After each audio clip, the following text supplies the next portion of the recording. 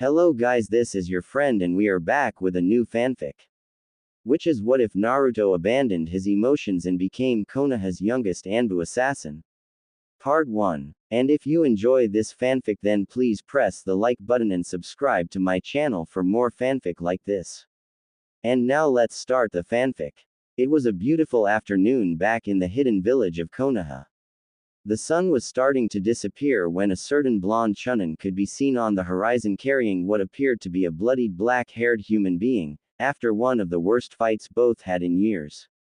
Naruto and Sasuke were locked in a war-like battle and Naruto had to resort to AS-ranked ninjutsu, later labeled as in Kinjutsu by the Godime Hokage because of the danger towards the user's arm and almost killed Sasuke, if it wasn't for the curse seal inside his body. Kakashi and Sakura were walking near the gate, talking about Sakura's improve at medical jutsus, when they stared wide-eyed at the scene in front of them. Naruto appeared in front of the west gate, carrying none other than the Uchiha Sasuke, as they ran towards him with at first happy faces seeing their teammates coming back home. Sakura, Kakashi-sensei, I made it. I brought Sasuke back just like I promised I would, smiled Naruto, panting a little bit from almost chakra exhaustion. I can see that Naruto, you did it, but how did you manage to beat him? Asked Kakashi, though he was analyzing Sasuke's exterior for any visible wounds that would answer the question. He didn't need to use his Sharingan to notice some slash and deep cuts on Sasuke's body, showing the usage of Futen-level chakra. Futen Rasenshuriken, it was my only hope, Kakashi-sensei. Sasuke is a true genius. He managed to create a Raiden Jutsu where he channels the energy of a lightning falling from the sky and contains it with his bare hands. It was a matter of life and death. I had to use that technique, explained Naruto with vigor, since he knew it was a Kinjutsu he just used. He was able to contain the energy of a lightning on his hands, quite impressive. It seems similar to my Reikiri, but from Naruto described it's even stronger. Wondered Kakashi as he was trying to improve the Reikiri for quite a while now and it seemed that the Uchiha genius surpassed him with Raiden Jutsus.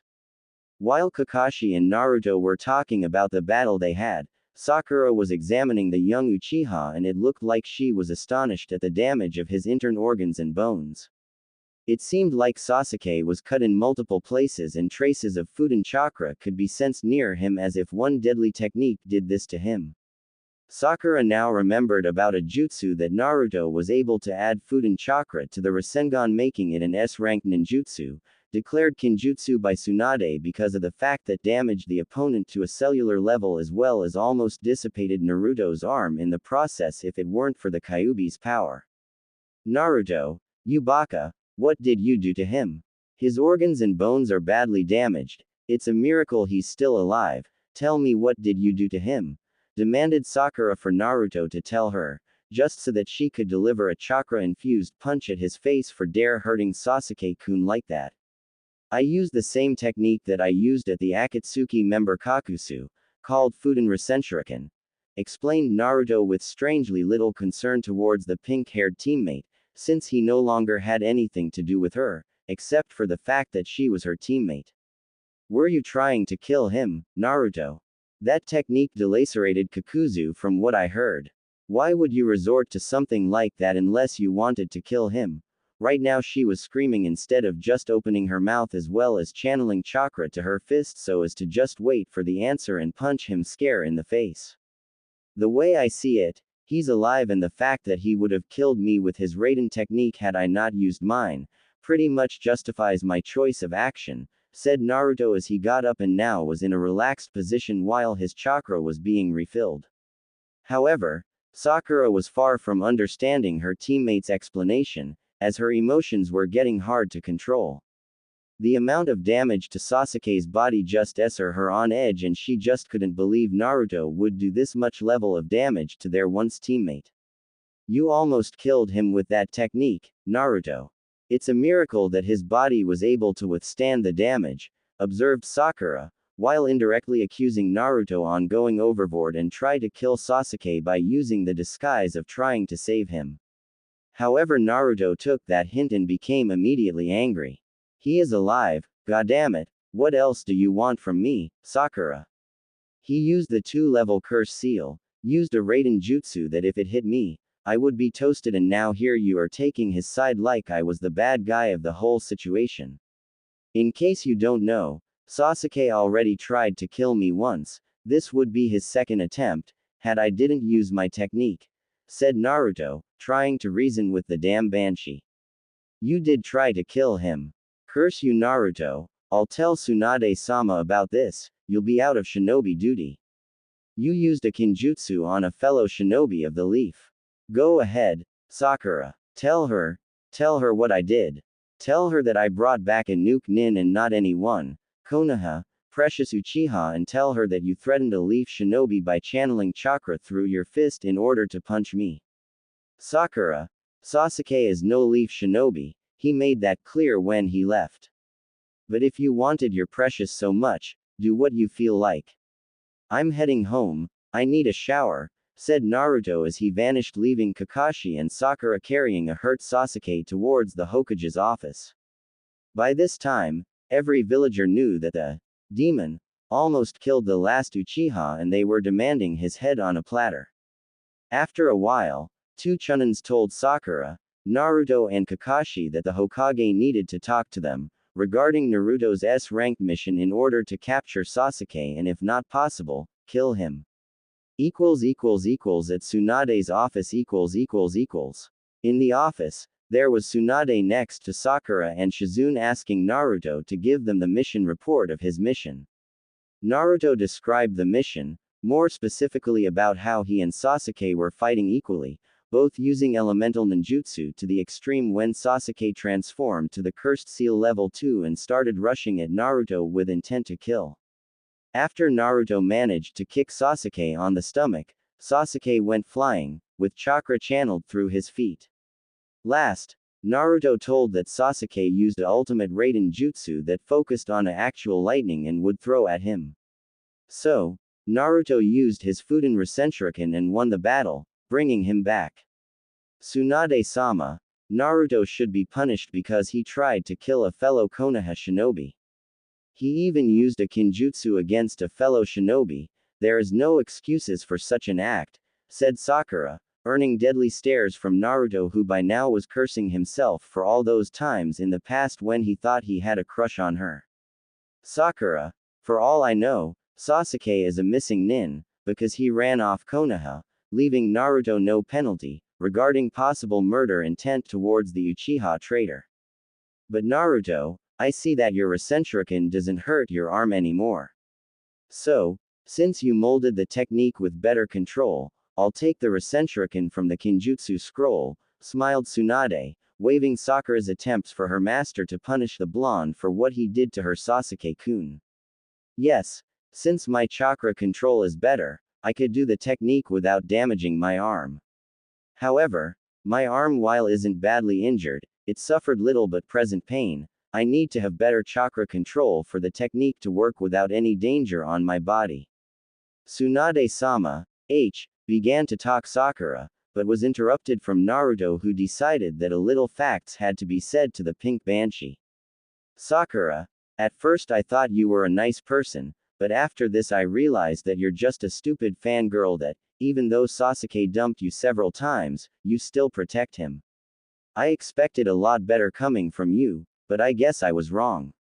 Tsunade-sama, if you don't need anything, can I get some rest? I need a shower.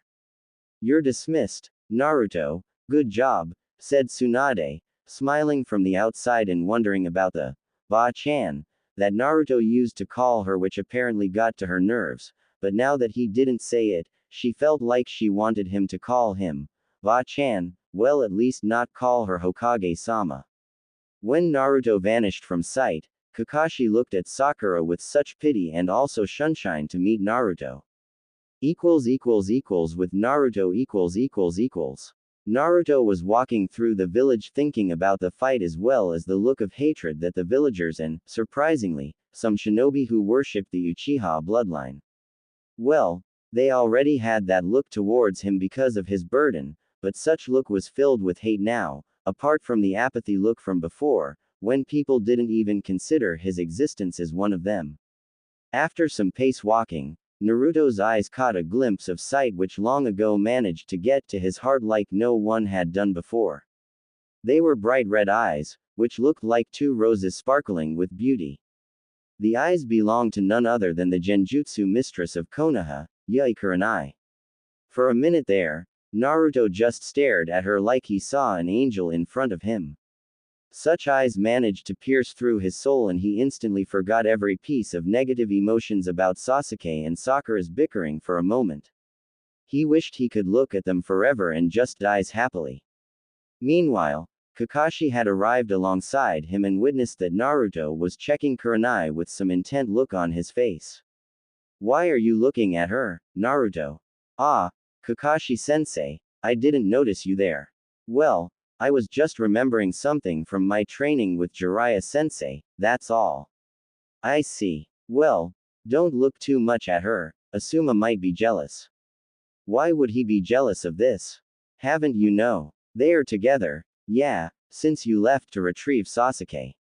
Asuma asked her out one time and she agreed to it. "Personally, I don't see why she agreed to it, but what can I do anyway?" said Kakashi in order to study Naruto's behavior and run damage control if needed be. He knew that Naruto had a thing with the genjutsu mistress one time, from what he heard from Jiraiya. "Oh, okay, then. Well, Kakashi-sensei, I'm heading home, see ya," said Naruto, trying to hide his emotions, upon seeing that the angel that he saw was with another guy, a Junin named Sarutobi Asuma. "See ya, Naruto," said Kakashi as he stared at Naruto's back from quite some time. He remembered Jiraiya telling him about Naruto's encounter with Kurenai. Kakashi felt pity on the boy. Kurenai was known as the Ice Queen of Konoha, for a good reason. At Naruto's apartment . When Naruto arrived at his apartment, he immediately went to the bathroom and took a nice warm shower. As he was letting the hot water clean any battle signs on his body, he was thinking of what Kakashi told him about Kurenai and Asuma.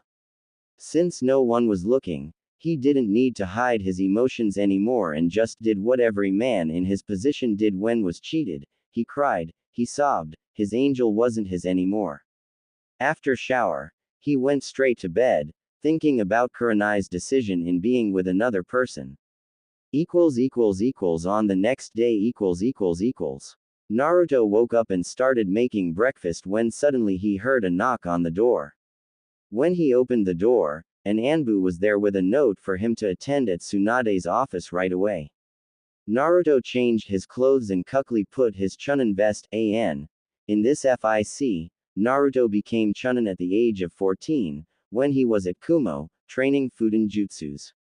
They held a little tournament and Naruto won, being nominated to Chunin by Kumo, who sent a letter to Tsunade, asking to promote Naruto as a Chunin. Tsunade, after receiving the letter from Kumo and picked Naruto's results at the last Chunin exam, and she noticed that Naruto managed to beat Hyuga Neji and prevented Shukaku from destroying Konoha, so she upgraded him to Chunin, sending a slug summon to find Naruto and give the news with his Chunin vest jumping through rooftops to arrive. At Tsunade's office, Naruto spotted Kakashi there as well and assumed that he was going to a mission with Kakashi-sensei. "Naruto, enter. I have a matter of extreme importance that involved your last mission. You see, the council had the same thought as Sakura and they're accusing you of trying to kill the Uchiha bastard. Here is a petition to dismiss you from active shinobi duty from trying to harm a shinobi of the leaf." Figured. Just because the Uchihas were a respected clan, they have these privileges. "So, what will be your decision, Tsunade-sama?"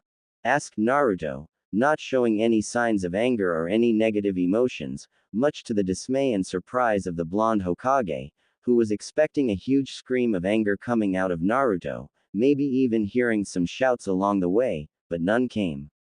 "In my opinion, Sasuke is considered a missing nin because of his treason to Konoha. Therefore, if any ANBU or a Konoha Junin were to encounter him, they would try and kill him on the spot. Since you are a Konoha shinobi, you were acting with all powers to do just that, so you are in nowhere guilty for your actions towards the Uchiha traitor. Leave it to me, Naruto, I'll handle the council. Tsunade-sama, I have a request to ask of you, asked Naruto, as he thought about it after getting out of the shower last night. He needed something to take him away from all the pain. First, his fight against Sasuke, then Sakura protecting the Uchiha over him. Lastly, but way more painful, was seeing Kurenai, the love of his life, with another man. He needed to get away and he knew what he had to do. What is it? Asked Tsunade, though she was suspicious of Naruto's body reactions, or rather lack of one. If possible, I would like to join as a member of the ANBU, said Naruto, earning looks from the Hokage and Kakashi. Now, both Kakashi and Tsunade were astonished, to say the least. They did not expect this coming from Naruto. The blonde was always the cheerful being with the happy smile on his face, but now what they saw was nothing but a fragment of that being. Once Tsunade asked of the reason why he wanted to be a part of ANBU, he simply stated that he needed to get away from all the pain he suffered yesterday and to forget a certain someone. Kakashi had a hint of who that person would be and wasn't surprised to see that his ex-student was suffering. Naruto, is that what you want? So I'll grant your wish. Just give me what mask would you be willing to wear to hide your identity? Black Wolf. Black Wolf. Why black? Except from you, Kakashi-sensei, Iruka-sensei, Jiraiya and Tsunade-sama, I'm all alone in this world. The black wolf is a sign of my personality. Wolves usually travel in packs, but there is always one of them that travels alone but is feared by most. That's what I want to be from now on, a lone wolf. Tsunade and Kakashi were studying some hint of emotions coming from Naruto and couldn't find any. Suddenly, both of them came to realize that after looking focused to his eyes, they could see the feral grin coming from inside him. Each of them shaked a little at the sight of those eyes. If one were to look deep into his eyes, one could see a mixture with deep blue and a feral yellow color that could show what a nightmare really meant. If Naruto were to use the Kyuubi's power, even Orochimaru would piss in his pants right now. Black Wolf it is, then. Please attend at ANBU headquarters for your clothes and your test. Test? Yeah, they will test you to see to what area you'll be directed to. You see, ANBU is divided in 5 areas: tracking, medical team, assassination, demolition and first response team. As the names of each of them suggests, I'm sure you know which is which. I would assume you would be a part of first response team, since you showed aspects of every kind of mission, but I can't assign ANBU teams, that's their competence. Arigato, Tsunade-sama, said Naruto as he left through the door, leaving a shocked Tsunade and a surprised Kakashi. Now, Naruto went to a training ground in order to train his other affinity, which appeared after he came back from killing Kakuzu. Suddenly, a brunette Kunoichi was passing by when her eyes noticed the blonde shinobi going away. Instantly, tears started to fall from her face. She was feeling guilty of the fact that she abandoned him, because of his age, but right now she was ashamed of what she did to Asuma and Naruto. After Naruto left to retrieve Sasuke, she started having second thoughts of staying with him since he was younger, so she agreed to date Asuma. But after some thought, she figured that the way Naruto was to her, she felt like he was the one for her and not Asuma. On the next day, Naruto awoke and went out of his bedroom to a little passageway that showed a great view of Konoha's neighborhood as he soft gust of wind passed through his face and literally blew all his worries of the world, even if was only for a second. His only duty today was to showing at ANBU headquarters for his test in the afternoon. Once he changed into his ninja clothes and his Chunin vest, he went through the streets of Konoha for a little walk. At some time, he ran into Kakashi and they started talking about doing some training and about Naruto's test. "Ohio, Naruto. How you are up to this morning? Ready for your test this afternoon?" said Kakashi, smiling towards his student who in just a few hours could be the youngest one of the rookie 9 to enter the ANBU Special Forces. And even though Kakashi had the mask, pride was literally visible on his features, as he saw Minato's face in Naruto. "Ah, Kakashi-sensei. I'm sure I was just thinking on heading towards the lake. I recently got a scroll on some Sweden jutsus and I would like to have a run on them, see how I do. Maybe, even use them to impress the ANBU judges, said Naruto as held the scroll he was holding and showed to him. Very good. I got free time, why don't I come along and help you with your training? If I already seen such jutsus, I could see what you're doing wrong and correct them. Also, I would like to talk you about what is like to be a member of ANBU, consider it my legacy to you. I was an ANBU captain after all. Great.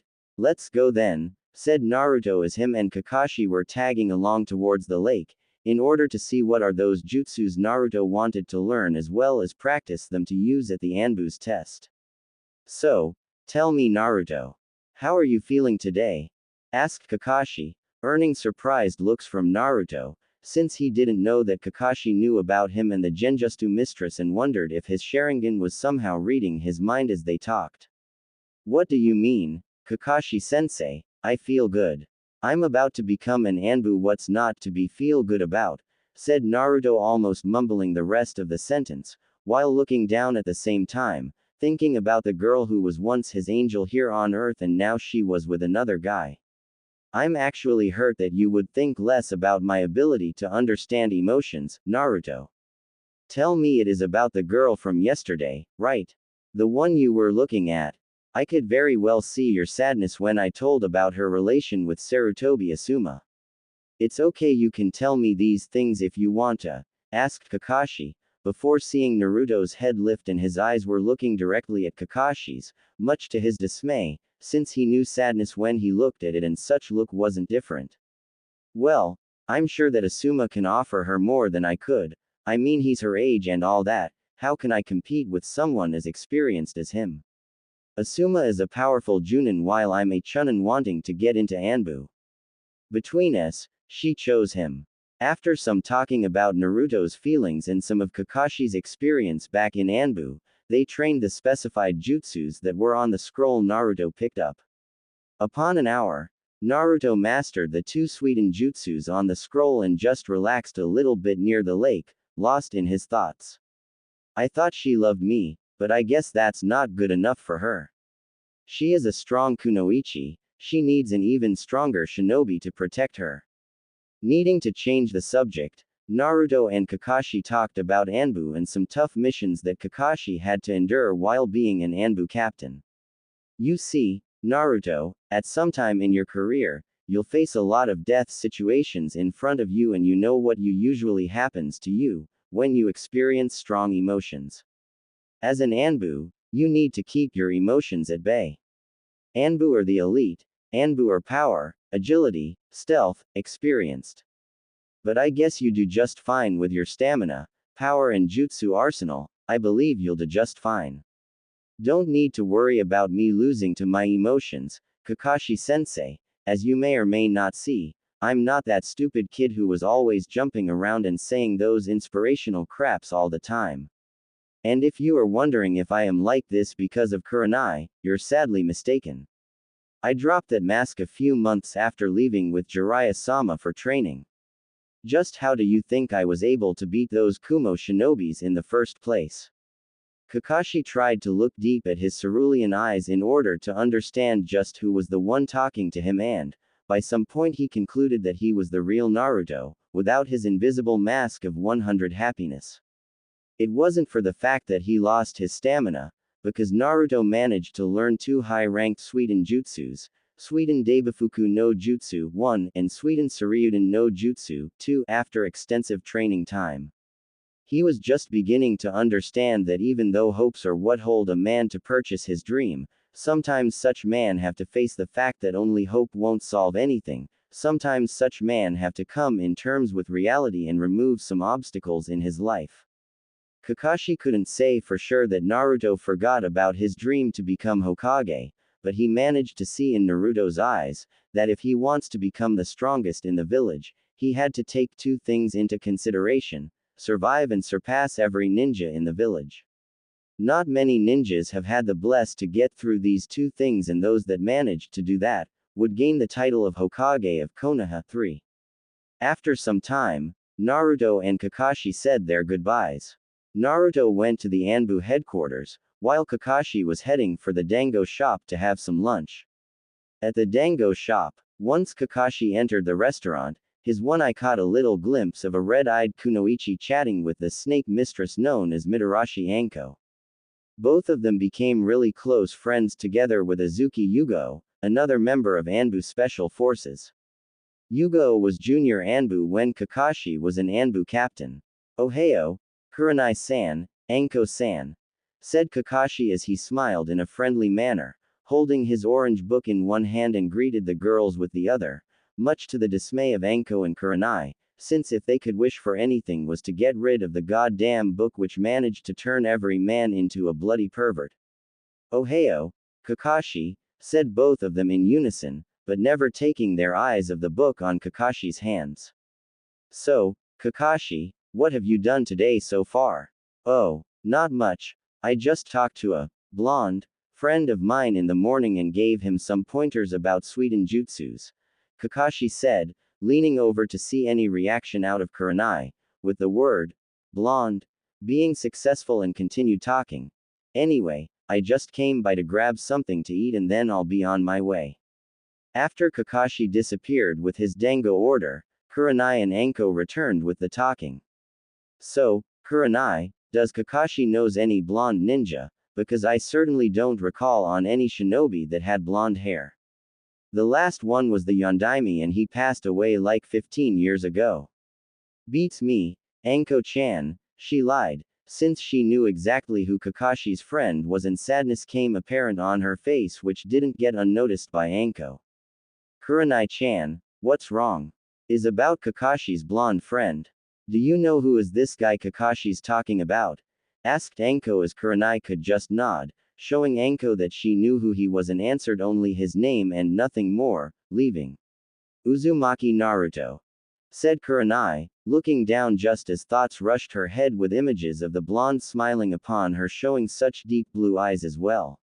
"Uzumaki, oh I remember now, it's the burden, for brat. I came to know that he had affinity with wind, but Suiten also. It's very rare for a shinobi to have two chakra affinities. I didn't know he was that strong, but why are you so down like this? Is it because of him? You tell me what he did and he's going to beg you for mercy after what I did to him," threatened Anko in Kurenai's defense, but little did she know that was quite the opposite. "Yes, I know that he is strong. No, he didn't do anything to me," said Kurenai, much to the dismay of Anko, who once again saw Kurenai's sad face and asked. "Then what happened to make you sad like this? What happened between you two?" asked Anko, now very eager to know, since she didn't know of any involvement between the two of them of any king, and quite frankly it was pissing her off to no end, since Kurenai wouldn't open her mouth about it. Kurenai just didn't understand at first. She was thinking on the blonde shinobi, that was once her blonde shinobi, but she dumped him to go out with Asuma and now she was having second thoughts. Anko looked at her friend, with a questionable gaze. What did Kurenai and Naruto had that made her feel that way, just by the mention of his name? "Kurenai, just why are you so sad about Uzumaki Naruto? Is it pity from what he carries inside of him?" "No, it's not that at all, Anko." "Ah, forget about it, I don't want to talk about it." "So, how about you, Anko, interested in someone at the moment?"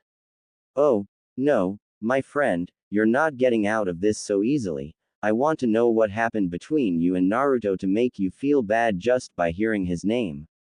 "Anko-chan, please let's change the subject, okay? I don't want to talk about this. Did he hurt you or anything?" "That seems very unlikely, because I've never seen anyone want to protect others, like him. I doubt that very much. It's quite the opposite, in fact." Kurenai sighed, she didn't want to discuss about it, but Anko wasn't easy to fool and she knew that she had to tell her the story. "Okay, Anko-chan, I'll tell you, but you have to promise me that you won't tell this to anyone, okay?" "Okay, okay, I promise, you're no fun, Kurenai-chan. The thing is it was I who hurt him in the first place," Kurenai said, learning a surprised stare from his friend, 5, as Kurenai was telling her the story. At the ANBU headquarters, Just inside the ANBU headquarters, a blonde Chunin approached the reception counter and handed Tsunade-sama's permission note in order to be handed out to a certain ANBU that was recruiting shinobis today. ANBU-san, sir, there is a Chunin here, with a permission from the Hokage to take the test. Send him in, I was actually expecting him, said one ANBU member who seemed to be hidden in the shadows so as to show the new recruits what is like to be an ANBU. As you wish, Uzumaki-san, come here, will you take a seat over here? The receptionist pointed for him to take a seat in front of a certain ANBU character that was wearing the bear mask. So, Uzumaki Naruto, is it? It is. Why do you want to become a part of ANBU? To get stronger and to get lost in a way, Naruto answered cold and objectively, receiving a glare from the bear-masked ANBU. Get lost? What the? Care to explain, Chunin? Certainly. I came to know for a fact that ANBU are very strong shinobi, as well as the fact that no one, apart from ANBU and the Hokage, knows of an ANBU's life. What outside people just know, is that a certain masked ANBU is very strong. So, I want to become strong as well as hiding my presence. I see. Well, here in ANBU we have a training method that seeks efficiency, so if you're willing to join ANBU forces, be prepared to have an exhausted training, few hours of sleep and major trauma-like situations. I can assure you, ANBU-san, I've been through worse and survived, you don't scare me one bit. Confident, aren't you? Well, Tsunade-sama spoke highly of you, I can see that you have guts and from what you told me, you've seen death in front of you and surpass it, that's what ANBU need to survive. Now, here in ANBU, we ask our troops about what they want to specialize in and based upon their answers, we test them to see in what level are them in order to receive training. So tell me, Chunin, which element do you have affinity with and what would you like to be learning here? I have right now a strong affinity for Fuden chakra and a less strong for Suiden type chakra. My taijutsu is low-level Junin level and my genjutsu is average, I can only dispel them, but I can't properly use them. So, what I would like to learn is 3 things, Kenjutsu, Genjutsu and Raiden Jutsus. I see, well, you chose some good elemental ninjutsu right there, Uzumaki-san, and the areas you chose to improve are easy to teach, as well as easy to learn, depending of what you show me right now at least. Right now, what? You don't certainly think I would just give your ANBU clothes and the title without a little test, now would you? Please, show us a little more appreciation, we just like to play a little with the new recruits and if you manage to entertain me, I'll let you pass. But serve as a warning, I'm going full out and I expect you to do the same. One thing I saw in my life is that if I don't fight for real, my neck will be on the line, so do not worry about me holding back, because I'm sure won't hold back. I expect a good fight from you and after that, I expect to fight some worth adversaries along the way, said Naruto with enough confidence to make the now bear-masked ANBU smile behind his mask and showed Naruto the way to his test. As they approached a hidden training ground inside the ANBU headquarters, Naruto and Bear got ready to fight and engaged in taijutsu battle. Naruto, since was smaller than his opponent, wouldn't risk charging straight forward against what looks to be a giant wall in front of him.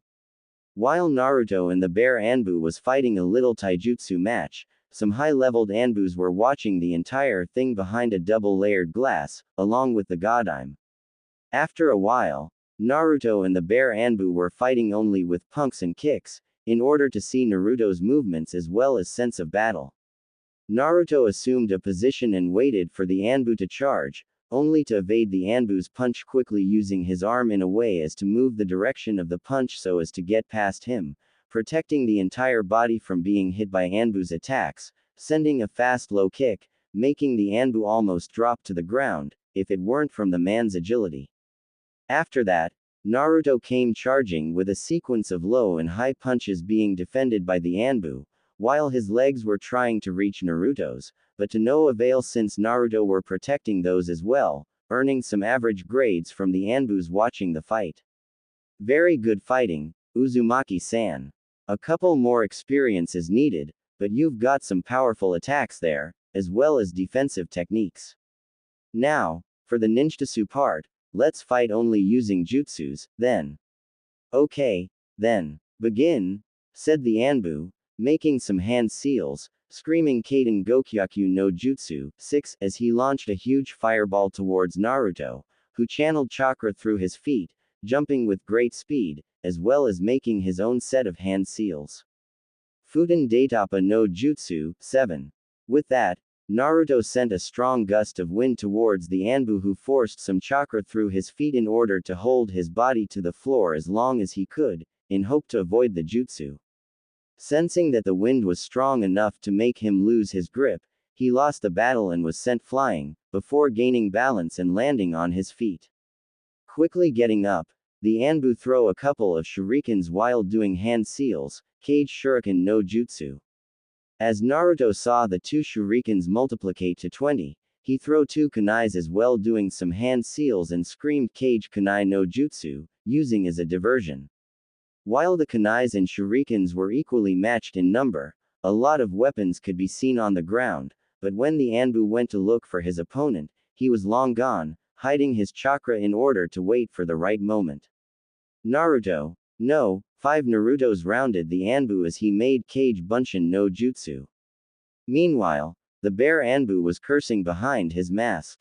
Damn it, this Chunin cornered me, now there is 5 of them and either one of them can use jutsus, I have to be careful. Naruto practiced this strategy once with Jiraiya, all he need to do was make each clone appear to perform a technique at the same time, in order to fool the opponent, since he wouldn't know at the time which technique would be coming at him. Not even an Uchiha could manage to escape, since he had to focus on each enemy at a time, leaving him no time to know which one would attack. In the meantime, Tsunade-sama was having some deja vu, remembering her once teammate Jiraiya do the exact same thing to a IWA Nukenin they encountered once.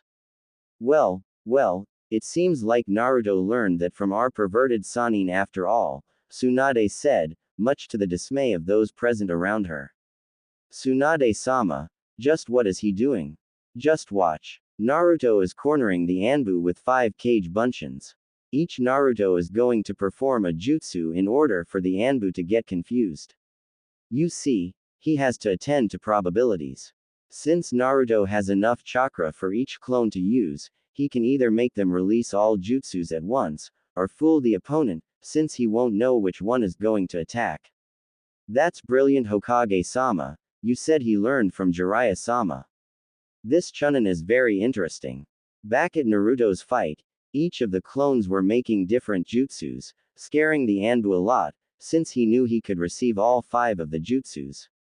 Suddenly, the 5 clones screamed mostly at the same time, Fuden Daitapa no Jutsu, Rasengan, Suiden Daibafuku no Jutsu, Fuden Rasenshuriken no Jutsu, Suiden Suryuden no Jutsu, earning a wide-mouthed stare from everyone behind the glass, as well as the bear ANBU.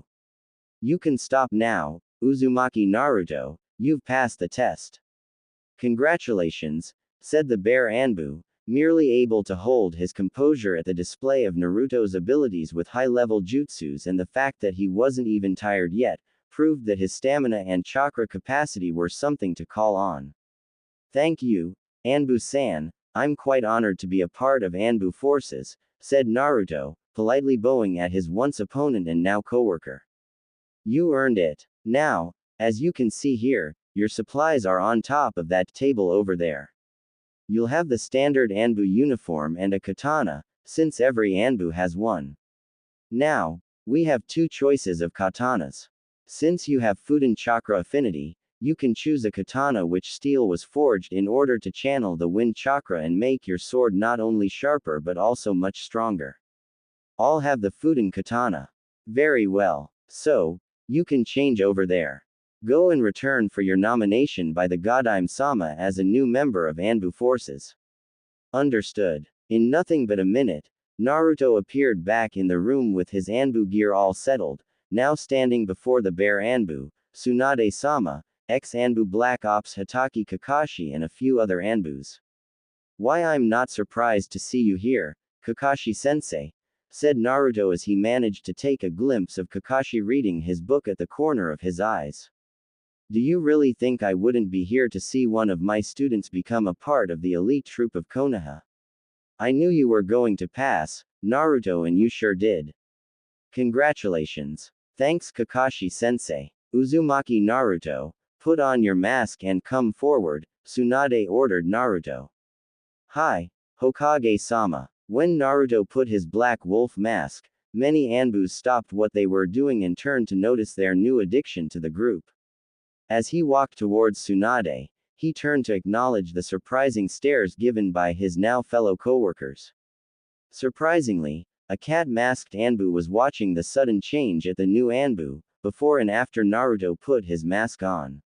This ANBU was no other than Azuki Yugo, one of the strongest Kenjutsu users in ANBU forces and of course Konoha as a whole, as well as best friends with a certain red-eyed kunoichi, also known as Kurenai. Once Naruto kneeled before the Hokage, Tsunade started to perform the nomination of the newest ANBU in the force, Naruto at the age of 15 years old. By the power invested in me by Konoha, I nominate you Uzumaki Naruto a member of ANBU Special Forces. As from now on, when you attend to missions, you shall be called Black Wolf. Congratulations. Thank you, Hokage-sama, it's quite an honor to be nominated for ANBU Special Forces, said Naruto, now with the ANBU Special tattoo already placed on his left arm, between the shoulders and the biceps. Tsunade, even though didn't show, was sad that the once hyperactive unpredictable ninja of Konoha now standing next to her with a serious face and respect towards her, that she immediately came to miss the old blonde shinobi. While looking at Naruto, the only aspect that could resemble Naruto was his golden hair. Almost crying, she thought, Uzumaki Naruto is no more, now he is Black Wolf of Konoha. Now turning to see Kakashi, she wondered. Kakashi, could you see Naruto inside that black mask? Asked Tsunade, seeing the once hyperactive Naruto hiding behind the Black Wolf mask, wondering about the fact that Naruto never ceased to amaze her with his decisions and conquests in battles.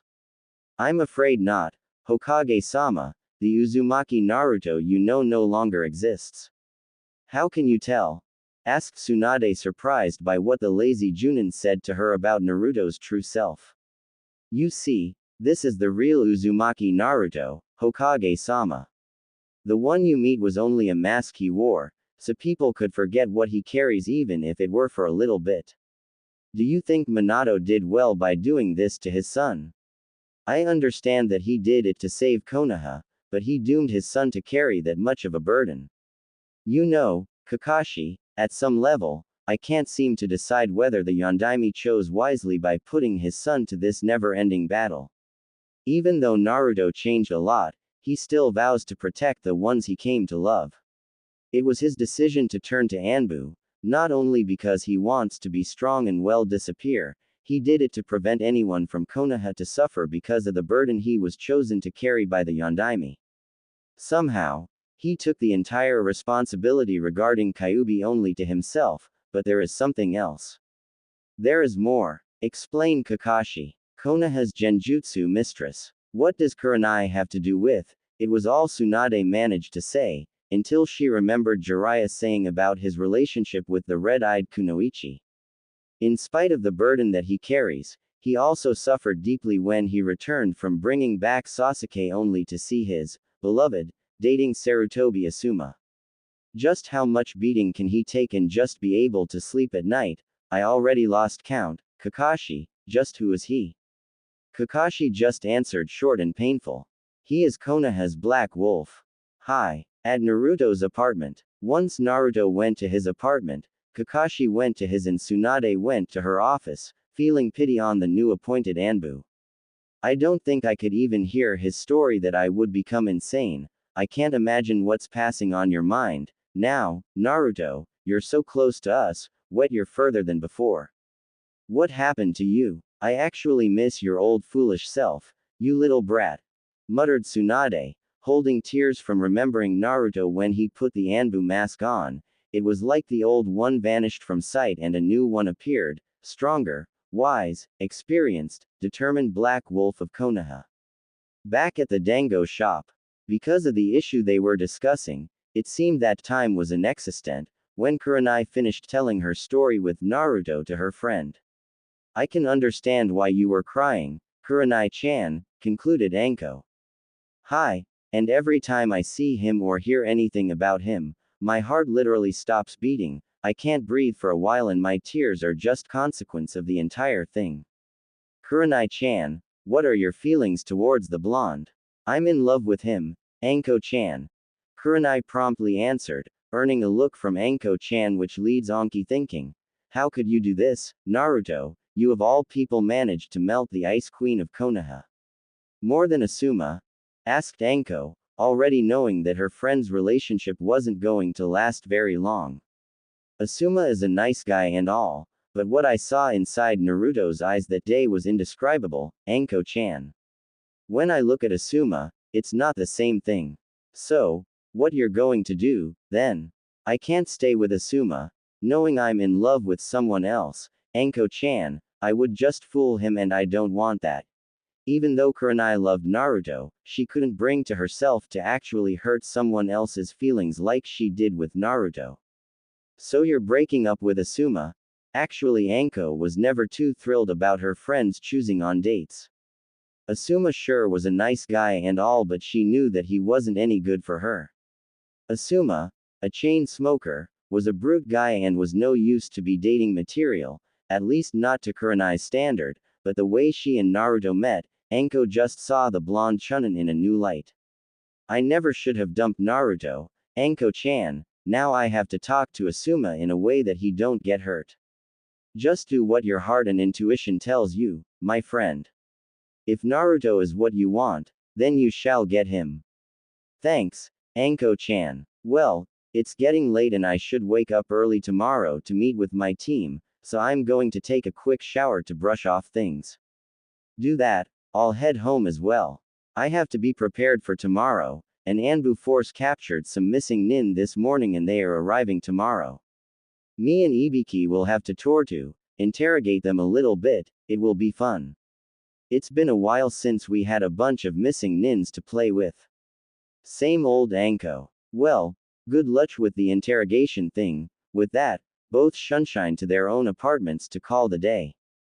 Kurenai entered her apartment and emptiness surrounded her once again, she was cursing herself for being so weak. She was biting her lips out of anger, she just wished to punish herself from breaking Naruto's heart like that. He already have so much to suffer in his life, he shouldn't have to suffer because of my rash thinking. As she was getting ready to sleep, images of the blonde shinobi rushed inside her mind and she stopped breathing once again. She thought she deserved to be like this, she considered this to be Naruto's voice calling up to her for what she did to him. But she would as hell do the right thing and obey what her heart has been telling about. It could take some time, but I must do what I must. Naruto-kun, please forgive me. At her bedroom, Kurenai was having one of the worst nightmares of her life. She was on a forest near the hidden village of Konoha and she saw Uzumaki Naruto standing right next to her, saying something about the Kyuubi and the fact that it's coming their way. But Naruto, how can the Kyuubi come her, when it's trapped within you? I don't know, Kurenai, but you don't have to worry about it. Run, leave me here, I'll protect the village from the Kyuubi, since it's my burden to carry and only I have the power to stop the fox. Go, Kurenai. Kurenai, then, lifted her head in extreme fear at the vision of the nine-tailed monster. Kurenai, what are you doing? Get out of here. Hey damn fox, I'm the one you want, if you want to kill someone, then I'm here, come and get me.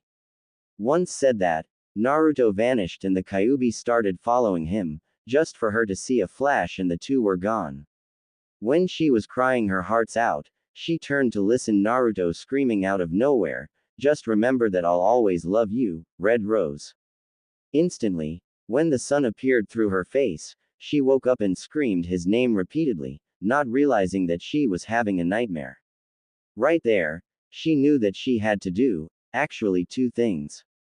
She put on her everyday Junin wear and went out to find the one she needed to give the sad news, the one and only Sarutobi Asuma.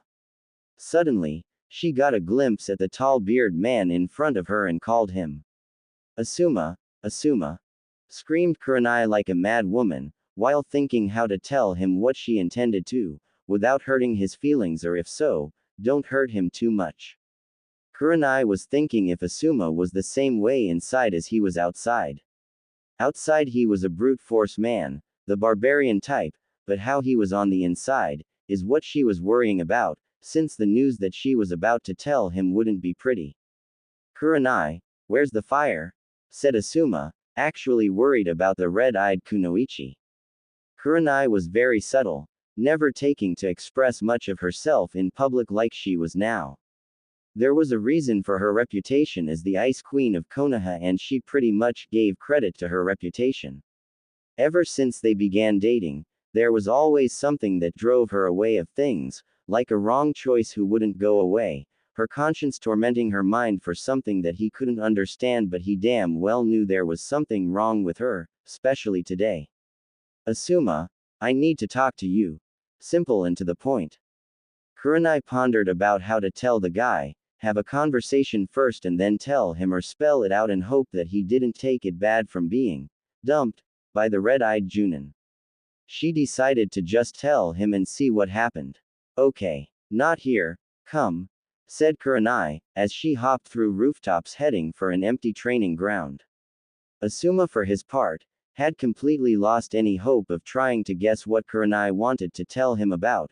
Mystery was one of her most noticeable features, and he became somewhat annoyed by such a fact. So, Kurenai, what do you want to talk about and why we need to talk in private? Is there something wrong?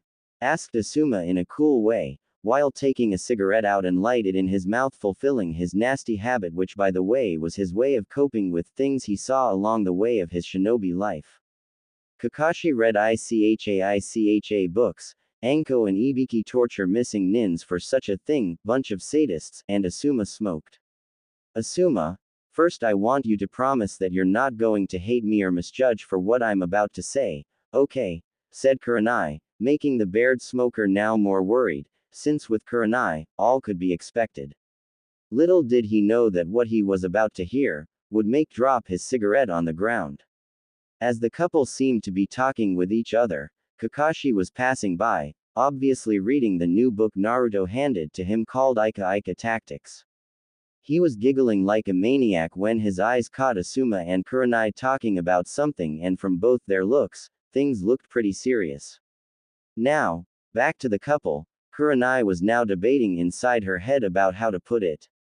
Not wanting to drag this situation any longer, from fear that someone would come and ruin the whole thing or a mission that needed them both, Kurenai had to say it one way or another. Asuma, I'm in love with someone else. I'm sorry, but I just can't stay in a relationship with other than the one I'm in love with. There, she said it. Surprisingly, a 100-pound weight slipped off her shoulders and a light feeling rushed through her chakra coils. It was like she just found the key for total happiness. Kurenai was glamorous. Asuma, on the other hand, wasn't nearly feeling the same thing. To say that Asuma was taken aback was an understatement. He was shocked by an upgraded version of the Chidori running through his veins and bones. But, right now, Asuma was searching his mind to remember just who have the heart of the Genjutsu mistress, and he at least deserved to know who the guy is. Kurenai, tell me, who is he? I think I deserve an honest answer here. Asuma was fuming alright, but he wasn't known for dwelling much on emotional situations. The man was indeed a barbarian, and such feelings for him just didn't hang around that much inside him, or at least at the moment it wasn't. Yes, Asuma, you deserve an honest answer. The one I'm in love with is Uzumaki Naruto. There, she said it. At that statement, both Asuma and Kakashi couldn't form words in their mouths to comprehend what Kurenai said. What? Naruto? But he's only 15 years old, he's only a chunin, she can't be serious, Asuma. She is in love with Naruto. Man, and I thought Ika Ika was good, this is something else. Kakashi. Kurenai, you're supposed to give me an honest answer here. Naruto is only 15 and a chunin. How can he be the one you're in love with? Babbled Asuma, now angrier from losing Kurenai to a brat with pretty much half their age and probably half their experience as shinobi of the leaf. Little did Asuma know much about how much Naruto suffered in his life because a nine-tailed demon. Asuma, I'm sorry but I can't explain why, I just do. I hope you can forgive me for deceiving you all this time, but I just couldn't go through with this, knowing that I'm in love with him. I just can't. Forgive me Asuma, I was actually seeing him before I was with you and I made a huge mistake, I'm so sorry, said Kurenai, opting to just leave him be for the moment, so she could attend to her other objective that was finding the love of her life again. She figured that Kakashi would know about his whereabouts, since Kakashi and Naruto were like brothers to one another, even though the lazy Junin was Naruto's sensei. Upon seeing him near a tree reading a certain book that she usually scowled him about reading it in front of a female audience actually, Tsunade gave every kunoichi an S-rank mission that was to destroy all traces of the book's existence around the Fire Country. As she arrived, he raised his head and turned to look at Kurenai. Kakashi, I want to talk to you about your blonde friend, said Kurenai, remembering about the weird nightmare that she had involving Naruto and the Kyuubi. What about him, Kurenai? Replied Kakashi, displaying a look of total apathy to the outside world, earning an A+, in showing everyone he just didn't give a damn about anything, but inside Kakashi was interested in what Kurenai wanted to talk to him about Naruto. I had a dream last night, Kakashi, about Naruto and the Kyuubi. At this, Kakashi took off his eyes from the orange book and stared at her. Tell me about it. Well, I and Naruto were at the Fire Lands forest and he said that I needed to run and save myself, because the Kyuubi was coming. Naruto attracted the attention of the monster out of me, saying that the monster was his burden alone to carry and that no one had to suffer because of it. As I ran from the scene, I turned to see a bright light towards their direction and then I woke up, screaming his name thinking he was dead and took the fox with him. I don't know what that mean Kakashi, what do you think? It seems that Kami wanted to show you just what he told me, Kurenai-san, said Kakashi, remembering about Naruto talking about his burden, but also wondering about Kurenai's dream and the fact that she had the dream practically on the same day that Naruto told him about it. What do you mean, Kakashi? Now Kurenai was taken aback by this. She figured that was just a nightmare and here comes Kakashi who knows him better than anyone, tells her that the dream was very similar to what Naruto told Kakashi. Naruto said to me that he couldn't stand to see the ones he loved being taken away just because of the burden he carries. Naruto, by some time, realized that if the Yondaime trusted him to carry the Kyuubi, then it was his alone responsibility to bear, said Kakashi, as he sighed thinking about Naruto's face when he told that to him and the way he was looking at him was frightening to say the least. Naruto didn't look sad, he was feeling nothing, it was like he came in terms with accepting his destiny that the Yondaime put him to. Just how can he say something like that, Kakashi? Doesn't he trust his fellow teammates? Said Kurenai, trying to hold her tears while pushing back memories from the dream which involved Naruto doing the exact same thing in a way. Kurenai, I don't think you realize what's going on here. When he grew up, because of the Kyuubi he didn't have a single parent to look out for him, no one wanted to take care of him because they were afraid that the demon would kill them. Naruto grew all alone. When he met Iruka at the academy, Naruto found the first one that cared for him, then he joined Team 7 and then he met Jiraiya and Tsunade-sama. How do you think he would feel if he saw someone close to him, someone that took the liberty of knowing himself for who he really was, other than Kyuubi brat? At Kakashi's words were entering into Kurenai's ears, her heart stopped once again, and she couldn't breathe once again. She wanted to be there for him, she wanted to hold him once again, and she wanted to just stare at those cerulean eyes. She wanted to be with him and share his burden with her. She didn't want for her love to feel like he was feeling right now.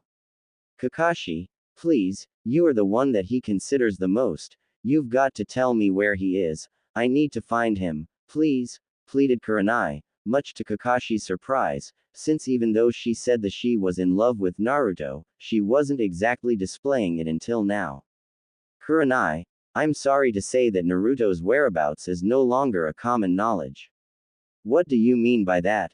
I'm not allowed to talk about it, but seeing that you care so deeply for my student and Otwoto, I'm going to give you a hint, but if you tell anyone I told you that, I'll deny, do you hear me? Loud and clear, come on, Kakashi, I have to talk to him. What once was his mask to hide his true self, now he has replaced it with another mask for war, that's the hint, but Kurenai-san, a little piece of advice, if you are in love with my Otwoto as you said so yourself, don't stop until you find him and tell him just how you felt about him. Thanks, Kakashi, you're truly a friend to him. Thanks for the hint. Kurenai, in order for you to solve this puzzle, you have to look deep inside your heart and look there. Only then you'll figure out where Naruto will be, said Kakashi, already walking behind Kurenai. Meanwhile at the border with Kumo, 4 ANBUs were dashing with great speed through the forest of Land of Fire, in order to get to the border with Kumo. Seeing their masks, they were Hawk, Bear, Cat and Black Wolf. This was Naruto's 15th mission as an ANBU, being certain that the first ones were set to test his loyalty to Konoha. On one mission, he was sent on a trip to a village close to Iowa, alone to recover a missing scroll from the Hokage's vault. It was safe to say that Naruto did meet some force, but there were only rogue ninjas and bandits guarding the stolen scroll. Naruto, in his training, was learning how to control Raiden jutsus and managed to learn a very powerful jutsu called Raiden Jaibashi no Jutsu, lightning style, electromagnetic pulse jutsu. Back at the mission at Kumo, Hawk was the team captain and they've reached the place they were to meet the Junin Genma and his 3 genins that asked for help to take care of Chunins from Kumo that were trying to invade a village which was located at the Fire Country. Once they arrived, they set camp without setting up some fire, so to avoid suspicion. Hawk being a strong and capable leader needed to issue some orders regarding the team's safety while resting for tomorrow. Black Wolf, do some scan on the area with cage bunchins, said Hawk, since he came to know of Naruto's extensive chakra capacity. Cat, plan some traps around the perimeter. Bear, help me here with our utilities. Hi, everyone in the group called and each went to do their designated assignments. Naruto, now known as Black Wolf, made some cage bunchins and scanned the area, only to find the number of enemies and their positions and report to the squad captain. Hawk, sir, I spotted 5 Kumo Chunins, being 2 on the far east side from here and the other 3 on the left, they are very far from here, though. Good work, Black Wolf. Did you see if they have skills? Only one, Hawk-san, he has a scar on his left cheek, according to my cage bunchin, he felt it a large amount of chakra and if he has just average chakra control, we are going to have one hell of a fight. Got it, Black Wolf. Go help Bear set the camp. Hi, said Black Wolf for Hawk to turn and take a good look at his new soldier. Behind Hawk's mask, he was caught wondering about Black Wolf and the fact that he was only 15 years old and already a part of ANBU Special Forces. Nearly everyone in ANBU has at least 20 years old, yet Black Wolf had so far displayed an excellent job. Hawk would not be surprised if Black Wolf would become ANBU captain very soon. On the next day, Hawk and the rest of his team proceeded with their plan to wipe out the Kumo Chunins from the village. That meant Black Wolf and Bear would go after the group with the strongest of them, since Black Wolf was also the ANBU with most chakra capacity and excellent stamina and the other 2 went to fight the others. Once they arrived at the location of the Chunins as Black Wolf said they would be, Bear himself was suppressing their chakra in order to avoid detection and if possible, take out the enemy without having to fight. Bear was greedy, so he wanted to take on the high-level Chunin, leaving Black Wolf to kill the weak one. Once they defined their target, both of them rushed to a place that they could get a clear shot and attack the ninjas, knocking them off. Black Wolf took care of his one, but Bear was discovered by the high-level Chunin, who actually was an A- ranked shinobi of Kumo, a dangerous one and the thing was that he knocked Bear out, leaving Black Wolf to deal with him. So, Konoha ANBU came to play with us, said the Kumo shinobi with a smirk on his face that looked like he was extremely confident about something. Tsuki Kuriku, ranked A ranked shinobi, if you don't leave this premises right now, I'll be forced to imply on you the same fate that your friend there had, only I can't guarantee that I will go easy on you. That guy was a pain in my, he always irritated me, I should thank you for taking him out. I see, well so you don't mind if I keep his head, you know for collection, said Naruto, apparently holding the guy's head and showing to the one who after seeing the head, pretty much confessed that was actually a friend of the man who supposedly was killed, much to Naruto's grin, knowing that his little plan worked. You bastard, I didn't think Konoha ANBU could be so sick-minded. You just killed my friend there and for that you'll die by my hands, mark my words for it. Little did he know that he was trapped in one of Naruto's newest genjutsu techniques, which made the other see things that in reality weren't happening. Tsuki was furious at Black Wolf for doing that to his teammate, charging at Black Wolf with blinded rage, only for Black Wolf to start making hand seals for cage bunshin and started pounding Tsuki with a swift taijutsu combo, kicking him hard in the stomach. With great speed, Tsuki formed some hand seals and screamed Fuden Daitapa no Jutsu, wind style, great breakthrough jutsu. In less than a blink, the huge gust of wind came rushing at Black Wolf, leaving him only one way out of it. By channeling chakra through his feet, he jumped away from the force, leaving his enemy wide open for an attack. Naruto threw one shuriken and multiplied forming 10, by making some hand seals and screaming cage shuriken no jutsu. All the shurikens hit the target, making him lose some blood. Because of this, the enemy fainted from blood loss, leaving Naruto clear to see how this teammate was doing. Bear, are you okay? Asked Naruto, after he helped the big ANBU member getting up from the ground. Black Wolf, what happened to that guy? Asked Bear, since he only remembered being taken out by the Kumo shinobi by surprise. Bear was berating himself from underestimating the guy's ability, since with one hit, Bear was on the ground, unconscious. I managed to knock him out and I'm going to capture him. He is an A- ranked shinobi from Kubo and presence guaranteed in Konoha's bingo book, said Naruto, remembering the time when he was reading the bingo book like Kakashi was reading his Ika Ika.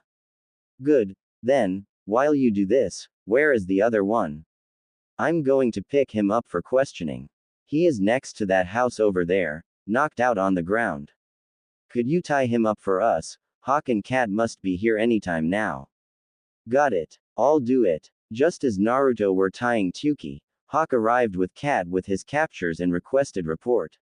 Black Wolf, report. Hi. As we arrived to our location, I managed to take out one of them, but the High Chunin from Kubo discovered Bear's position, knocking him out for a time. As I engaged him, I started pissing him off using a genjutsu to appear that I was holding his teammate's head and showing to him. So I took him on a cage bunshin taijutsu and managed to send him flying. He, after that, sent a Fuden technique at me, in which I dodged and finished him with cage shuriken no jutsu. Good work, Black Wolf. Mission accomplished. Congratulations, team. Let's take these guys to Ibiki-san for interrogation. At Tsunade's office, Tsunade was finishing her paperwork, when, suddenly, 4 ANBUs shunshined inside the office, and screamed loudly for even Shizune to hear outside her office. Mission accomplished, Hokage-sama. You guys don't have to shout, I can hear you. Congratulations, your paycheck will be available once you arrive at the headquarters. Congratulated Tsunade, proud of the fact that this ANBU squad was becoming along greatly with some mission success in a row. Hokage-sama, during our mission, Black Wolf here managed to capture an A-ranked Kumo ninja named Tsuki Kuriku. He is already at Ibiki-san for questioning, said Hawk, as he pointed to Black Wolf. Naruto for his part was scowling Hawk since he entered into ANBU just so that he wouldn't be showing his face, and yet here is his captain boosting his image to no one less than the Hokage. Is that right? We have quite a bounty with this guy. Congratulations, Black Wolf, you are to receive the bounty once Kumo pays his rescue money. It took a while, but Tsunade remembered who Black Wolf is, and she was trying to see him, even it's just a glimpse of the once hyperactive shinobi she was getting used to. Everyone, dismissed, except Black Wolf. I need to talk to you. Hi, Hokage-sama. Hold on a minute, Black Wolf. Shizune, are you there? Please come here. You asked, Tsunade-sama. Yes, prepare a message for Kumo. Tell them that we captured this shinobi here trying to harm one of Land of Fire's villages. Hi, Hokage-sama, said Shizune, looking directly at the black-masked ANBU with slight fear. He was tall, blonde hair, and he was expelling some dangerous aura around him, almost like saying, "Do not mess with me," kind of thing. His eyes were feral yellow and the mask of his was scary as hell. You shall not fear him, Shizune. You happen to know him for quite some time now, said Tsunade, trying to resist the urge to chuckle at her apprentice's reactions towards the new improved Uzumaki Naruto. Hi, Hokage-sama, it's just that his mask is scary, that's all, said Shizune, earning a grin from Tsunade. Come on, Shizune, you know him as well as I do. Is it? Yes, he is. Sorry, I'll excuse myself, Hokage-sama, Anbu-san, said Shizune with some thought. Is that Naruto? I can't believe it. So, Black Wolf, congratulations on capturing the Kumo Nin, or shall I say Uzumaki Naruto, said Tsunade, trying to catch an emotional reaction on the boy by revealing his name just so that she could see a single reaction out of him, but to no avail. Tsunade-sama, if you're trying to make me look uncomfortable by sharing my identity, with all due respect, that won't. Is there anything you want from me, Hokage-sama? No, you're dismissed, said Tsunade, frustrated from trying to see just a little glimpse of emotion coming out of the blonde ANBU. At Kurenai's apartment. Back at Kurenai's apartment, she was thinking about Kakashi's hint. Actually, she couldn't stop thinking through her entire mission together with her students, Inazuka Kiba, Aburame Shino, and Hyuga Hinata. Only half an hour before it, she was at Tsunade's office, being dismissed.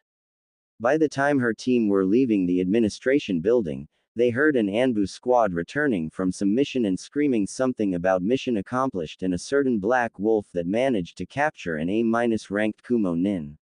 She was puzzled, but she was apprehensive as hell. She still hadn't seen Naruto yet, but she was determined to find her true love, at all costs. She was caught wondering about Kakashi's hint that said, what once was his mask to hide his true self, now he has replaced with another mask for war. Kurenai also remembered Kakashi saying that she had to look through her heart to find out. It was a little over than 10 p.m., and she was lying down on her bed, but she couldn't get any answers. Damn Kakashi and his underneath the underneath. After some time, 4 a.m., she couldn't sleep. She was awake all night, thinking about how good Naruto's chest was when she used it as a pillow to rest and forget of all her troubles. She missed him so much, but she was determined to find him, so she started bumping on his head, for her brain to just give the answer. Suddenly, she remembered when she first saw his eyes and remembered that this wasn't the loudmouth hyperactive ninja she once came to know. What once was his mask to hide his true self, Naruto take off that mask and replaced for a mask or war. It was at this moment that Kurenai was out of breath. She couldn't believe that she was so stupid. It was the perfect hint. Naruto took off his mask to hide his true self and replaced for an ANBU mask. Naruto became an ANBU. To say that Kurenai was happy, it was an understatement. She was jumping all over her bed, knowing that she was one step closer to find her true love. She was wondering. Of course, he is ANBU, otherwise I would have seen him somehow. Kurenai was lucky. She knew that Tsunade would know where Naruto was, cause she is the one directly above the ANBU forces and she have her friend Yugo working there as well. When the sun struck on her room, she felt a little bit tired, but now she couldn't sleep. Suddenly, a knock on the door. When Kurenai opened it, she saw Hinata. Good morning, Hinata. Good morning, Kurenai-sensei. Tsunade-sama called us to get to her office. Okay. Then, I'm going to change and I'll be right there. Hi. At Tsunade's office. Once at Tsunade's office, Team 8 entered to see a sleeping Hokage drooling all over some mission scrolls, so Kiba asked his dog Akamaru to wake her up in a light manner. When the huge dog approached Tsunade, he licked her from chin to her forehead, waking the grumpy Tsunade. Inuzuka Kiba, if your dog is any way near my face again, he'll be sent to the dog pound, understood? Hi, Hokage-sama, replied a frightened Chunin. Team 8 presenting ourselves for mission, Hokage-sama, said. Okay. Team 8, oh, yes, I have a B-ranked mission at Kumo's border. What are the details? It will be a 3-week mission to study and gather information on Kumo's interest on villages near their border. My last ANBU team captured 4 Kumo Chunins trying to take over one village right next to the border. The fire daimyo requested a report on their intentions. Team 8 is to leave by noon tomorrow, dismissed. Hi, Hokage-sama. After that, Team 8 left except Kurenai, who wanted to talk to Tsunade in order to get some information regarding Naruto's whereabouts. Yes, Kurenai, what do you wish to talk about? Hokage-sama, I was wondering if you've seen Naruto around. Asked Kurenai, which came as a surprise for Tsunade, and she didn't make any efforts in hiding anything. Why the sudden interest? Asked Tsunade, already knowing about their affair from Jiraiya, but wanted to see where this was going. It's just that I haven't seen him around anymore, that's all, lied Kurenai. Are you sure? What do you mean, Hokage-sama? It's nothing, really, forget about it, said Tsunade, hearing what she needed to know. I'm sorry, Kurenai-san, but I cannot tell you about Naruto. Why is that? He is no longer a regular ninja of Konoha. You have to promise me you won't spread this information, okay? If I learn that you told this to anyone, I'll have you expelled from the ninja order. Do I make myself clear? Yes, Hokage-sama. Well, you see, he is part of ANBU now. ANBU. He is only 15. Asked Kurenai, trying to deceive Tsunade so that she wouldn't know of Kurenai and Naruto's relationship and the fact that she wanted him back to her by all means possible. She loved him, and deep down inside she knew he loved her. He came to me and requested a position at ANBU. He made a test and was approved. By now, he has completed 15 high-level missions with his squad. ANBU personnel are taking a liking to him. Surprisingly enough, he is very professional. His squad is one of the top squads in ANBU Special Forces. Really, I didn't know he would handle it. Being ANBU is tough. Kurenai, quit playing games with me in order to find out more about your beloved blonde. I cannot reveal any more information, cause it's considered classified, said Tsunade, being fed up with playing a game of questions and answers from Kurenai. So, you knew, didn't you? Mumbled Kurenai, looking down to the ground in shame since thoughts of what she did to Naruto appeared again in her mind and sadness could be felt. Yeah, you want to be with him, don't you, Kurenai? Very much, Hokage-sama.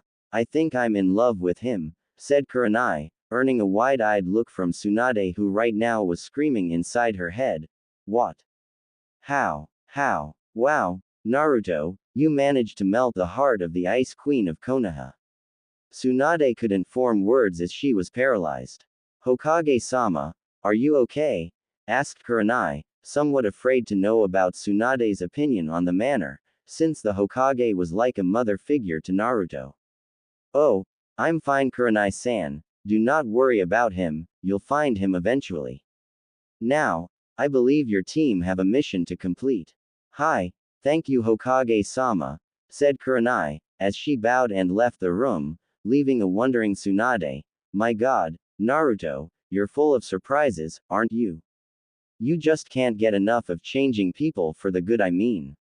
After talking to Tsunade, Kurenai went back to her apartment, so she could rest for the day, since it was already nighttime. Suddenly, a swirl of leaves could be heard from her living room, appearing no less than the snake mistress Mitarashi Anko. She was there in hopes of talking to her friend about the blonde fellow that suddenly grew her interest sky high.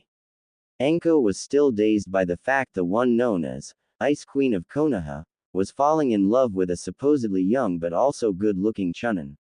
Once Kurenai sensed the familiar chakra signature, she went to the living room, only to see her best friend with a little bag on her shoulders. "Greetings, Anko-chan, what are you doing here?" greeted the red-eyed beauty like it was an everyday occurrence that her snake friend appeared in her living room when she wanted to talk or just hang out with Kurenai. Anko happened to have only 2 friends in Konoha who didn't treat her like a snake bitch. "Oh, Kurenai-chan, I'm touched that you did not welcome me to your home. I just thought of keeping you some company and get to talk about the blonde Gaki for a bit. That story of yours really got to me, you know. I'd never think someone like him would get to you that much," said Anko, only for Kurenai to look down to the floor, feeling sad of hearing what her friend said. "What about him? What not about him? 2 chakra affinities, Chunin at the age of 15, handsome, have beautiful blue eyes as you said. Of course, if what you said back there is true, then he is one hell of a guy," mumbled Anko that last part, mostly to herself from imagining Naruto and Kurenai together in a provocative. "Yes, he is indeed quite a guy, Anko-chan. I wouldn't be feeling the way I do towards him if he wasn't. Add to the fact that I came to know yet another feat that he was able to do. Instead of just a Chunin at the age of 15, he recently entered the ANBU and he is now a member of the ANBU Special Forces." "What? An ANBU at the age of 15? I didn't figure he was a prodigy hidden under the hideous orange jumpsuit of his. But, wait, how you know he entered ANBU program? I work close with them at the torture and interrogation division and not once had I seen him there or any blonde character for that matter." "Did Yugo-chan tell you that?" asked Anko, to which Kurenai nodded her head in the negative. "No, Tsunade-sama told me. She even told me that he's doing quite well there, having already completed 15 A-ranked missions and a couple of S-ranked ones, not counting some B and C-ranked missions that I think he already completed a number close to 30 B and 40 C-ranked. Well, considering his A and S-ranked missions, it only seems accurate to say that he has completed quite a lot of middle-risk level missions, but Kurenai, he is too young to witness the hard life from being a part of ANBU.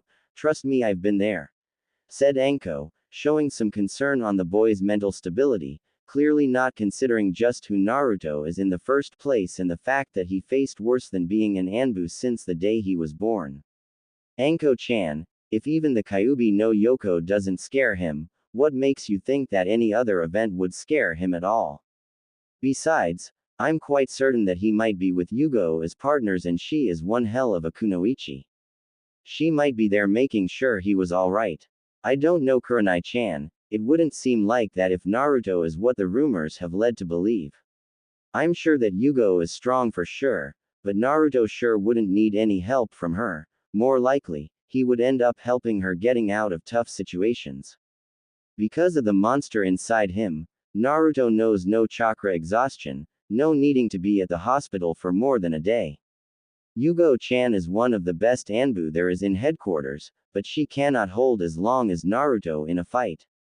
From what Kakashi told, Naruto has nearly everlasting stamina," explained Anko, to which Kurenai frowned. "Yugo was her idol. She is part of ANBU Special Forces for quite some time and still has time for dating the Kenjutsu specialist Gekko Hayate. It would be impossible for Kurenai to compare Yugo's fighting ability with just anyone, but she was thinking about her beloved blonde and how would ANBU training make him stronger than he already is." After some extended talk with both of them, they made a little bed for Anko to sleep and continued talking some more, until Kurenai at some point couldn't take him of her mind. Every word Anko said, Kurenai would associate to him, which made her friend a little angry, but seemed to get past it, since she knew how much she was suffering from not getting together with Naruto or even find him for that matter. On the next day, Team 8 consisting of Kurenai, Kiba, Hinata and Shino went to their mission towards Kumo. Along the way, Hinata noticed that her sensei was appearing very sad about something. She never saw her sensei's emotions, other than a quick smile as a sign of congratulating her students. Seeing that, she decided to talk to her and see what was wrong with her sensei. "Kurenai-sensei, is there something wrong?" asked Hinata, deciding on the direct approach strategy, so as to get to the point and see if she could do anything to help her sensei.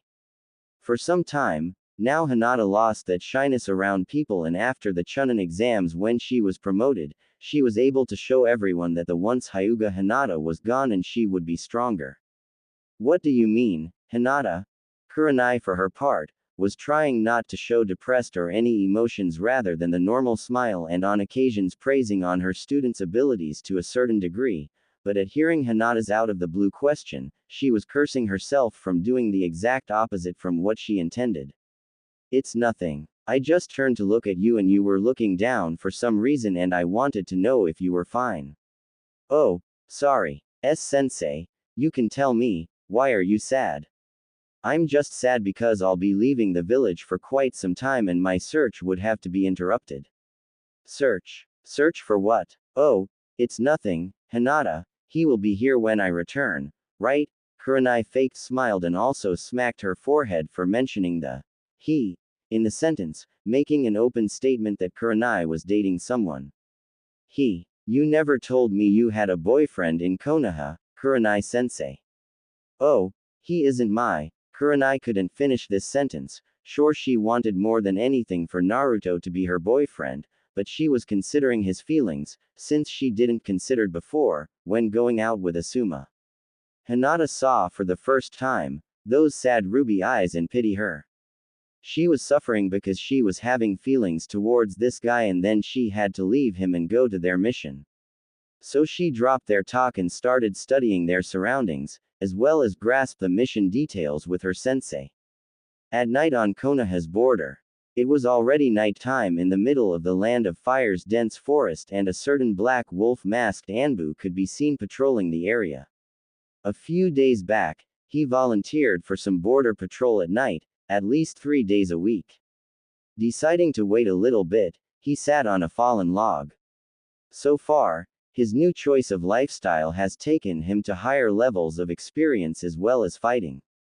So far, he learned quite a few jutsus from accessing ANBU's library and study some scrolls from Kumo that he got with an ANBU X Kumo ninja.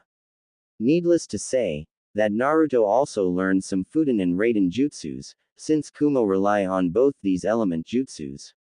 Right now, Naruto was working on genjutsu mid-level ones and how to dispel high-level ones. He learned some very good ones and one used by the Nadaime at the Sandaime called Kokuangyu no Jutsu, Journey into Black Darkness technique. Black Wolf was looking at the peaceful environment around him, when he gazed at the moon and noticed it was full moon today. Suddenly, a noise could be heard not too far away and Naruto could feel his Charka signature, wondering that it didn't belong to anyone he knew. Because of his now trained sight, he started looking towards the direction that the 4 footsteps could be heard, almost the same type. Naruto just stood there waiting for the supposed enemy to come. Inside Black Wolf's mask, the feral grin was noticeable and Naruto was ready for what was coming. During his time in ANBU, his fellow comrades come to fear him when he showed such eyes. It was like bright yellow that could glow in the night. But what Naruto encountered wasn't any shinobi or kunoichi. In fact, the only thing he could see was those same eyes as his own, golden yellow eyes exchanging looks with his own. It appeared that the creature was studying Naruto's intentions, since the eyes stopped moving. After some time staring at each other, the creature walked some more, letting the moonlight show how it looked like. Naruto was astonished for the first time since he joined ANBU forces. The creature was a big black wolf with scars all over his paws, showing signs of fierce battle and survival, and it was studying Naruto's reactions. Black Wolf facing Black Wolf. And then the wolf started talking to Black Wolf ANBU. "I can see in your eyes, human, that you are very similar with my own." "And why is that?" asked Naruto, now getting ready to defend himself if needed be against the wolf in front of him.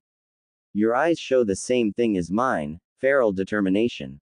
But what almost scares me is the fact that you seem strong, but you travel alone most of the time. I'm just like you, in a way. In fact, I believe that we share a lot of similarities. The path I chose to follow, it's different from what you think.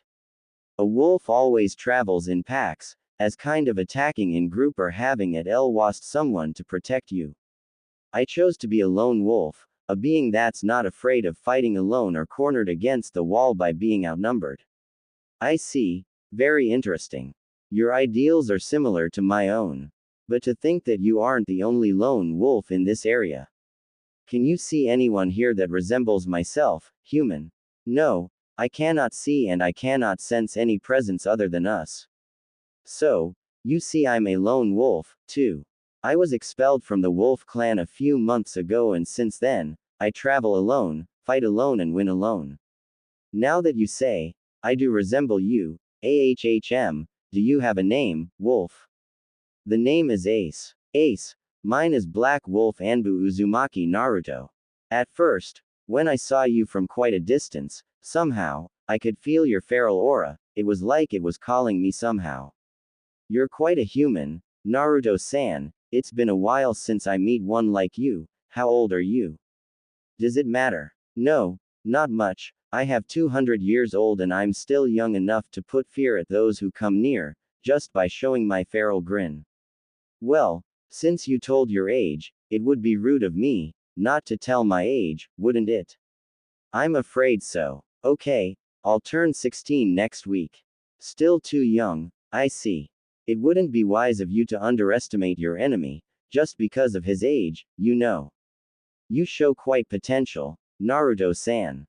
Tell you what, if you beat me in a fight, you can sign my contract and summon me anytime you're in danger. Isn't the wolf's contract? How can you have a contract of your own? When I was expelled from my clan, I made my own and kept looking for a shinobi to sign this. Okay, so if I beat you in a fight, I can sign your contract one. Right. Let's go, then. Both black wolves assumed fighting position and came charging towards each other, basically on taijutsu. After no one could land a hit, Ace used Fuden Chakra and threw a little hurricane towards Naruto. K's, quite a technique, you got that. I don't like to brag that much, but it is. Okay, see if mine is as good as yours, then. Fuden Daitapa no Jutsu, Wind Style, Great Breakthrough Jutsu. With that, Naruto threw a huge gust of wind at Ace who got out of the day of the wind just in time, since it was quickly approaching and Ace wouldn't been able to just stop the wind from coming at him. Then, Ace did something with his claws that Naruto recognized right away, since he took his katana and did the same thing, by channeling wind chakra.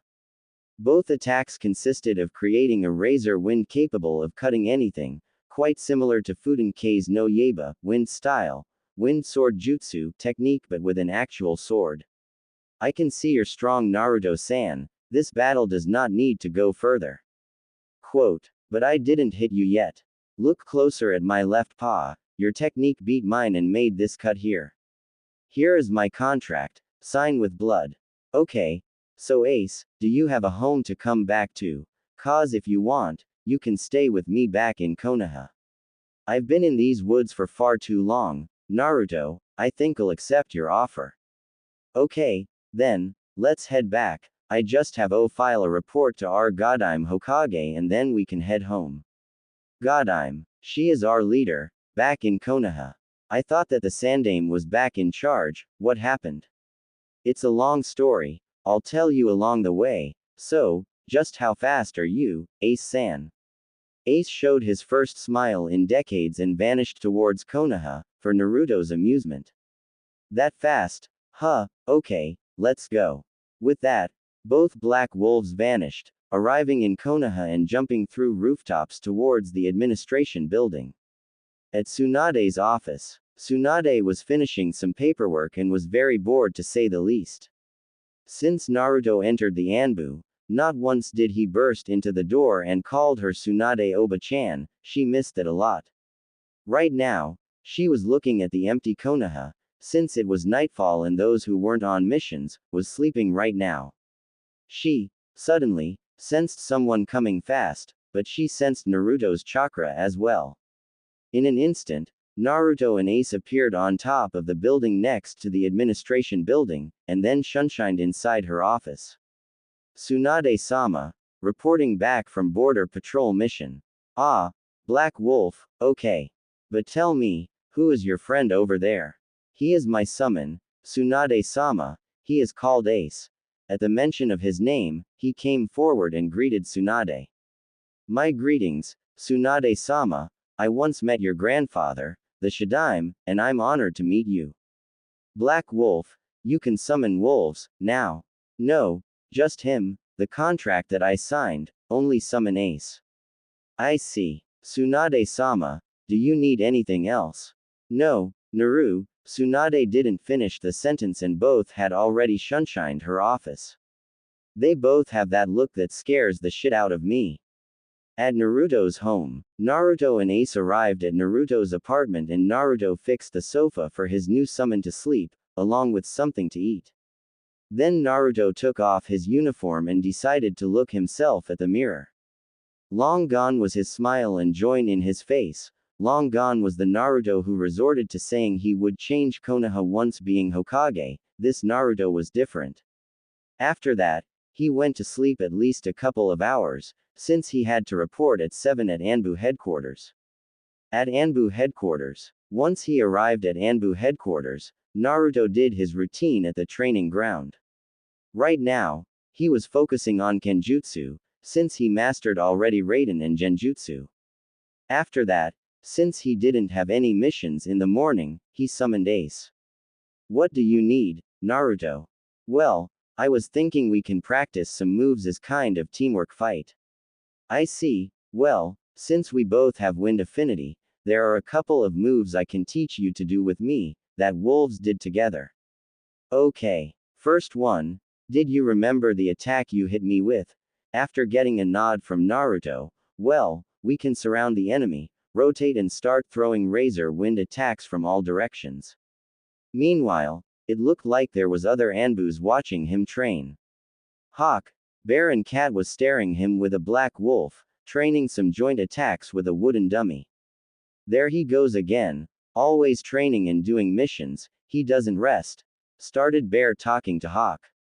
He's pushing himself further, only to get better results on missions. I heard from Kakashi-senpai, that Black Wolf trains a lot, only to be able to protect his comrades, answered Hawk.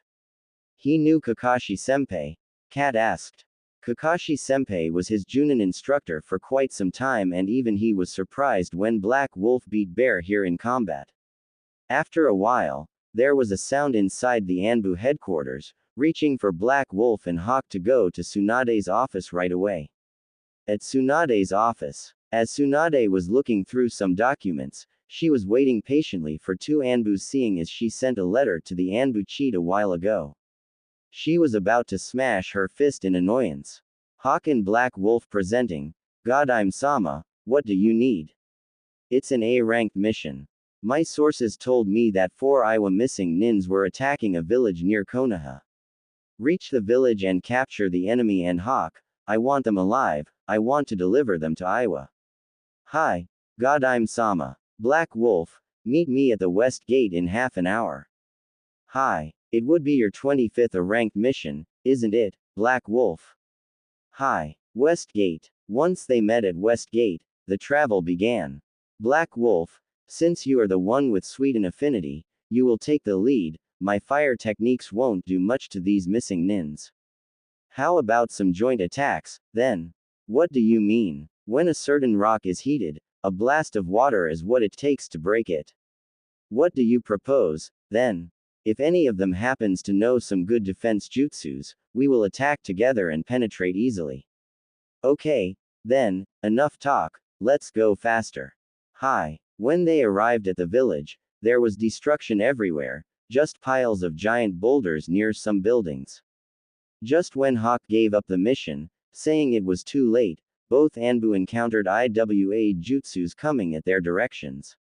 Hawk and Black Wolf each break to different directions, managing to divide the group of IWA missing nins. So, Konoha came to have some fun, right? Surrender or we will have to use force. Okay, I'm really scared, you know, you don't scare anyone. In the intercom, that ANBU just recently acquired them, Black Wolf communicated with Hawk. Hawk, close your eyes, when I say, I'll use a genjutsu to blind them all. Okay, then. Now, said Naruto making fast hand seals and screaming Kokuangyu no Jutsu, journey into black darkness technique. After Naruto's technique, everything the IWA nins could see is dark and was sitting targets for the ANBU to attack. So, Black Wolf tackled two of them with a Fudan-infused katana, knocking both of them, and Hawk did some hand signs, screaming Kaden Hausenka no Jutsu, hitting some fireballs at the rest of the Iwa nins, burning their stomach and knocking them out. Nice work, Black Wolf. Thanks. Okay, make a Kage Bunshin and let's carry them to Ibiki-san. Hi. Kage Bunshin no Jutsu. At Tsunade's office. After 4 hours of mission, 2 hawks and 2 black wolves appeared carrying the IWA missing nins. Mission accomplished. Hokage-sama, screamed Hawk, to which Tsunade was actually holding herself from punching the ANBU right there. Good work, take them to Ibiki. Hi. With that, both vanished, leaving Tsunade alone to think. Those two are quite a team. I was thinking of assembling a team of elite ANBUs for S-rank missions. Tsunade noticed that there was one paper on her table and she turned to look at it. It was this mission's report. The report said that Black Wolf aka Uzumaki Naruto made an A-rank genjutsu to blind the opponents and they were sitting ducks. I didn't know Naruto's chakra control was good enough to perform such technique. Shizune, get me Black Wolf's history file, I wanna see how he's doing. Hi, Tsunade-sama, here it is. Okay, let me see how that Gaki is doing. Name, Uzumaki Naruto. Age, 16. Code name, Black Wolf. Chakra affinities, Fudan and Sweden.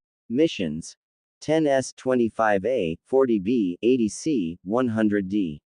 Training, Mastered Raiden Jutsus, Junin level chakra control, Genjutsu abilities average and right now, training Kenjutsu arts. Summon, Wolf named Ace. Mental stability, stable. Rank, Chunin, Elite ANBU, official, mid-level Junin, unofficial. Tsunade was surprised to see that ANBU considered Naruto a Junin according to his skills. She still remembered the day the Gaki learned the Rasengan, and just how much he grew since he arrived from Jiraiya's training. Now come to think about, Tsunade was wondering about Naruto's new face. Some time had already passed and she has never seen his face anymore, only his eyes and the Black Wolf mask. While Tsunade was thinking, a shinobi entered kicking through her door with a request for backup. It seemed that Team 8 was being captured, because of the information they acquired. Damn it, Kurenai, just how the hell did your team manage to get caught? You have 3 Chunins that could sense enemy a mile away. Shizune, get Black Wolf and Cat here, right away. Hi. In less than a minute, both ANBUs appeared for Tsunade to give their mission. Since there are Konoha shinobi on the line here, I'll make this an S-ranked mission. You see, Team 8 was captured by Kumo, just past the border between them and the Fire Country. You guys are to retrieve them immediately.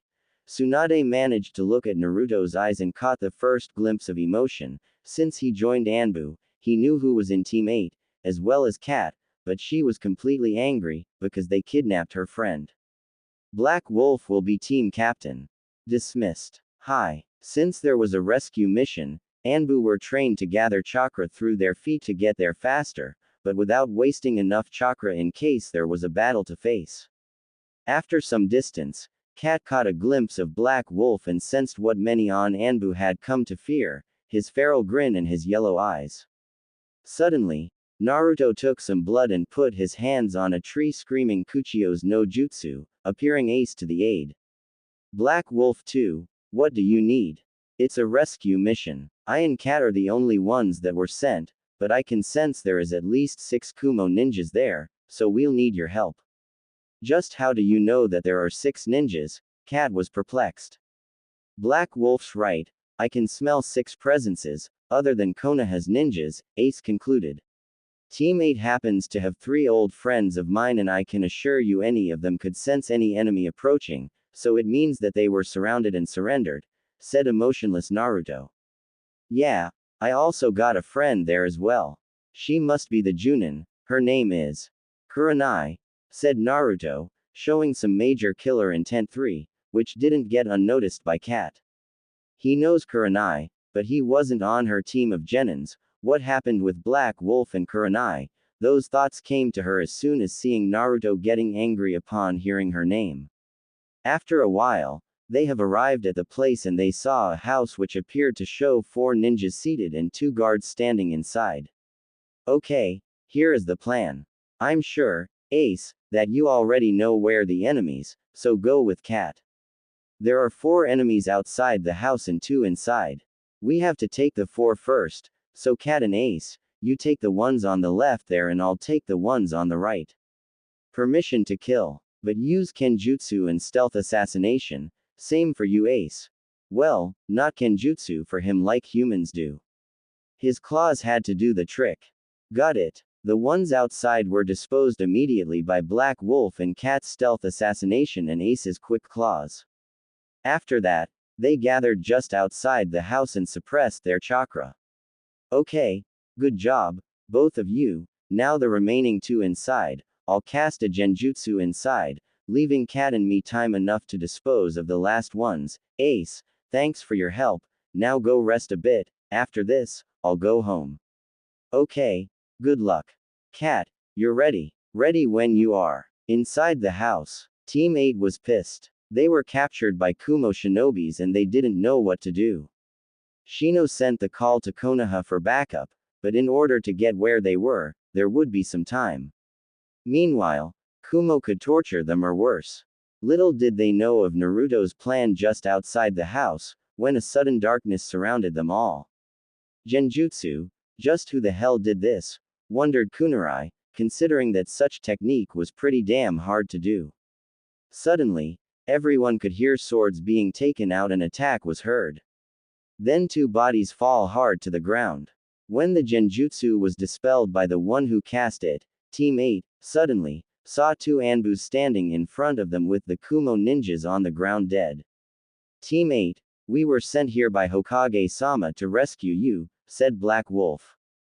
Finally, I thought you guys would take a while to get here, growled Kiba, when, suddenly, everyone in the room caught a glimpse of Black Wolf's yellow eyes and trembled in fear. Even Kat, who unleashed the ropes and the chakra suppression devices, was sweating, since she knew of her partner's history at ANBU. Forgive us for my teammate's behavior, ANBU-san, he is just temperamental, Kurenai apologized. Forget about it, let's go, Tsunade-sama is worried about you all, said Black Wolf. Kurenai was still looking at the black-masked ANBU. She was positive that she heard that voice before, but the eyes sure brought her memories of her beloved blonde. Once they left the house, Shino came to Black Wolf and started talking. You can fool anyone with that mask, but me you cannot. Good for you, Aburame. But tell me, just how did the Kumo shinobis manage to fool you, then? They used my teammates against me, said Shino, ashamed of the fact that the ANBU was right. I see. You've changed a lot since I last saw you, Wolf. No, Shino, you must be confusing me with one annoying blonde brat. Did only God in the way of things. Shino was taken aback by the ANBU's harsh comment. From quite a distance, Kurenai and Hinata were seeing their talk. So, Kurenai-sensei, this ANBU fellow is quite a guy, is he the one you were sad about? How can you tell, Hinata? By the look you gave him back at the house. I can't say for sure, but I sensed a somewhat familiar presence on him, Kurenai said, and Hinata laughed. What's so funny, Hinata? It's nothing. I just never thought that my sensei could fall in love with someone the same age as my own, said Hinata, leaving towards Kiba and leaving Kurenai's surprised look. After a while, Team 8 and the ANBUs were returning from their mission, when Kurenai decided to talk to Kat. How are you, Kurenai-chan, feeling better? Hi, Kat. Who is he? said Kurenai pointing to Black Wolf. Oh, he is Konoha's Black Wolf ANBU, the one who saved you guys. I'm sure you sense the genjutsu used back there, right? After a nod, Yugo continued. Well, he casted it, said Yugo, checking on Black Wolf's back, since he was leading the squadron. Answer me, who is he? I don't know myself. He is the only ANBU who doesn't take his mask off even inside ANBU headquarters. I've never seen his face, but I've seen his eyes and I can tell you he is strong. But I was wondering about something. What is it? When we were coming, he told me about his friendship with your team, and when I said your name, his killer intent was all around the place. Care to explain? Don't have a clue. My team knows a lot of people and he could be anyone. Kurenai was caught remembering Hinata's words and then looked at Black Wolf's hair. Kurenai, during the whole trip, was thinking about the mysterious Black Wolf ANBU and the fact that his presence made her tremble inside, since she sensed the same thing a while ago. After some hours traveling, Team 8 went home and Kurenai followed the ANBUs to Tsunade's office. At Tsunade's office, Tsunade was looking at the window when the ANBUs and Kurenai shunshined inside. How did go? Mission accomplished, Tsunade-sama. We disposed of the enemies and recovered every member of Team 8, reported Black Wolf. Congratulations, both of you, S-ranked mission accomplished. Kurenai, how about your mission? Here is the report, Tsunade-sama. Thanks. Now, care to explain how a team of trackers were captured? Hi, Tsunade-sama. The Kumo ninjas surrounded us and captured Kiba's Akamaru, so Kiba was captured, rendering everyone. I see. Be careful, Kurenai. Your team should thank Cat and Black Wolf for saving your. They are some of ANBU's elite. Hi, arigato, Cat and Black Wolf, for saving us. It's our job, Black Wolf said and vanished. Kurenai was speechless. She somehow knew that he was Naruto, but such coldness just didn't belong to him at all. So, Kurenai was sad again. She told her search ended and that she had found her blonde lover. Tsunade was also taken aback by Black Wolf's emotionless remark and turned to look at Kurenai, with some sort of pity. She reached Kurenai and told her about Black Wolf's history, hoping to give some pointers for Kurenai, indicating that Black Wolf was indeed Naruto. Don't be that way, Kurenai, Black Wolf was just as sad as you. How? Such coldness in his way of words, it's like he doesn't have blood in his veins. He lost someone very dear to his heart a while ago and he vowed to go mission after mission and training after training, in order to not let this feeling take over him. But I don't think he forgot. I believe that his feeling just rose and he was cold. Listen, Kurenai, do you want to talk to him? Yeah, I do. I want to thank him for saving me, but the bastard just shunshined out of here. Okay, then, this may be a secret, but tomorrow night he will guard the West Gate border, so you can meet him there. Thank you, Tsunade-sama. Dismissed. Both of you. At Kurenai's apartment, she arrived at her house and took off her clothes, in order to take a little shower. Her mind just couldn't stop thinking about the Black Wolf ANBU. It was something about him that resembled her Naruto, but she was remembering the phrase he used it, and she has never seen anyone so cold before in her life. When she went to sleep, she remembering what Tsunade told about him and how he suffered, because he lost his loved one. Somehow, Kurenai thought that Tsunade was mentioning Naruto's history for her and it was she who broke his heart. Suddenly, the pain in her heart grew and she couldn't breathe anymore. She was trembling of fear just by thinking that she was somehow responsible for turning Naruto into a cold-hearted shinobi. Her mind was trying to compare Naruto and the black-masked ANBU, although she was confused, cause of the inner personalities of both of them. Sure, in appearance, they are similar, but inside they are two different persons. When 2 a.m. appeared on her alarm clock, Kurenai was caught thinking about him so much, she wasn't able to sleep. After some time, Kurenai's body overcome the mind and she was asleep, of course, dreaming about her beloved blonde. Kurenai was in her apartment. It was daylight and she was just awakening when she looked through the windows. It was him, the black wolf masked ANBU standing on a roof near her house. Suddenly, they exchanged looks and he came over to her window asking like an extreme gentleman, "Did you get a good night's sleep, Kurenai Heim?"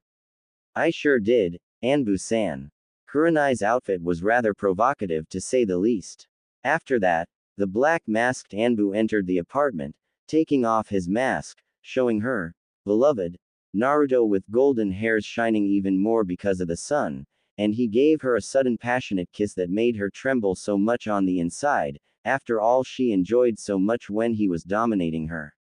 She could feel his strong arms and chest with lots of scars all over, signifying his experience as a warrior, as both of them was hugging tighter and kissing longer than ever before, showing their passion towards the other. When Naruto went to her neck, her breath stopped for a second and the hormones kicked in, making her moan a lot, because of it. If someone watched Kurenai sleeping, she was going from side to side, moaning Naruto's name, as if she was dreaming about what would be like if he just showed up, throw her to bed and just possess her. Unfortunately for Kurenai, someone was indeed watching and taking mental notes of her situation. Not one, but two of her best friends watched her moaning Naruto's name as if he was making love to her in such a way, that even her two friends became aroused at the way Kurenai was describing her dream, even though she was asleep. "Kurenai, wake up, said Anko. "What? Oh my god, what time it is? Relax, it's just 6:30 a.m., we wanted to have breakfast together, but according to what we heard, I think you want to be alone for some time," said Yugo, with a fox grin. "What are you talking about, Yugo? Oh my god, Naruto, continue, don't stop, please," something like that, teased Yugo. "I dreamed about him, it was wonderful. He was all over my body, kissing just every part of it in such a cool and hot way that I just couldn't help myself and." "We got the point, Kurenai, you don't need to tell us." Yugo was already sweating from her hormones. She knew one thing, though, she was definitely talking to Hayate tonight. "Yugo, in all my life, I've never been like this before, and I think you know who he is, since he is your coworker." "My co-work? Do you mean Black Wolf as Naruto? Konoha's most feared wolf, Black Wolf as Uzumaki Naruto, once being called a brat by Kakashi-senpai, that Naruto?" Yugo was speechless, but not surprised. Black Wolf was one of the strongest and most mysterious member of ANBU, but not once did she thought that he was the Kyuubi guy. "Wait, did you say, Black Wolf?"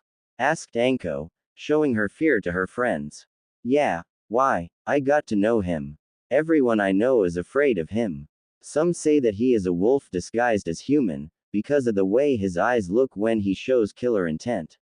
"Is Black Wolf Naruto?" "I believe so." "Wait, does Anko, the one who isn't scared by anything in this world, is afraid of the ANBU?" giggled Yugo. "Did you ever see him, Yugo? If Kurenai is right, Black Wolf and I rescued Team 8 from the hands of Kumo last night. And to believe that Kakashi at first said that Naruto wouldn't ever be suited for ninja duty, I want to ask him now that he became one of ANBU's elite," said Kurenai. After Kurenai took a quick wake-up shower, the three took their breakfast together, but still talking about the mysterious member of ANBU, aka the Black Wolf. And to say that Yugo was surprised was his understatement. She was astonished, since she knew that Naruto left to train with one of the Sanin's Jiraiya and became a Chunin in Kumo. What was most surprising for her, it was the fact that one known, Ice Queen of Konoha, was falling in love with him. But Kurenai-chan, if Black Wolf is in fact this Naruto, what was that, "it's our job," thing that he told yesterday, like he didn't feel anything, said Yugo, almost pooching herself after receiving a kick from below the table from Anko and seeing the sudden look on Kurenai's face. "I hurt him and I feel terrible for it. You see, we dated for some time. It was 3 years ago. Naruto had left with Jiraiya-sama for about 6 months and Tsunade-sama assigned me as well as 2 Chunins a mission towards Iwa border. When we arrived close to the border, 2 Iwa Anbus attacked us, knocking the 2 Chunins in an instant and dispelling the genjutsus I cast upon them, so I was surrounded and already fearing for the worst, to be either tortured to death or be raped. Then, from out of a sudden, a golden blur literally flew by, knocking both ANBUs with a single kunai, striking the ANBU's neck. It was Naruto, but not the Naruto I came to know when he was a genin, a grown one, with a chunin vest and extremely handsome. Details, my friend. I know I heard this story before, but we'd like you to describe a little better about his appearance. Okay, then. After he saved me from the IWA ANBUs, he lifted his head and looked directly at me with a slight grin that normally a person at his age wouldn't have because of his supposed lack of experience. When I looked at him, I was feeling as if his eyes had already owned me, in such a way. The sun was sending some light on his hair, and I at that time could have sworn that his hair was pure gold. Okay, then, what did he do after saved you? Tell us, Kurenai-chan, you're killing me. Asked Yugo. He looked at my eyes and said, are you okay, Kurenai-hime? Get out of here. I never get a hime of Hayate-kun. I'm a little jealous. Okay, continue.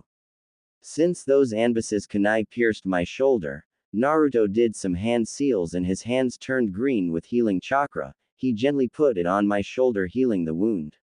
At first, I was amazed at the warmth of his hand, but then when I caught a glimpse at his eyes, that's when my heart pounded.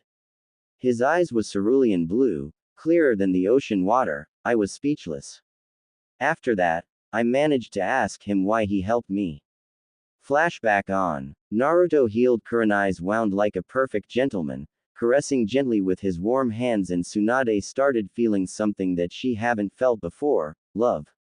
But being the professional she was, she tuned to Kunoichi and started asking. Naruto, why did you save me? I was wondering about these woods, when I sensed someone in danger, then I managed to kill them and save you. As to why I saved you, I don't think I need a reason to. Baka. Those are IWA ANBUs, you were foolish to confront them, like you did. You are just a genin, yet. Beside the fact that the way you sound it makes me want to kill myself, I'm no longer a genin, I'm a chunin. Sorry about that, but when were you promoted?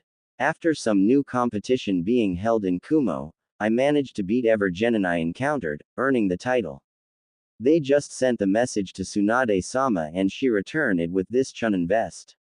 Now come to think about it, Kurenai-san, you have beautiful eyes, they're like two shiny rubies, said Naruto, earning a blush from Kurenai. Naruto-kun, Kurenai was taken aback by Naruto's compliment, as well as more blushed by the kun added to his name, but she would be more blushed because of what Naruto would be about to say. Oh, just hold on a moment, Kurenai-chan, it seems your teammates needs rescue, as well, said Naruto, healing both of them. And, done, well, they are fine, but they need some rest, Kurenai-chan, follow me to a tent I have nearby, so we can treat them, said Naruto, earning a nod from Kurenai. So, tell me, Naruto-kun, you changed a lot, since I last met you, and I'll be honest, I didn't expect you to grow this much. Arigato. You know the thing is the one you meet before it wasn't the real me.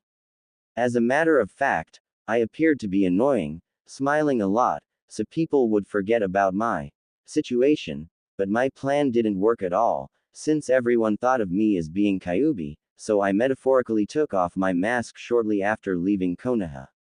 I'm sorry, I didn't mean to bring back sad memories.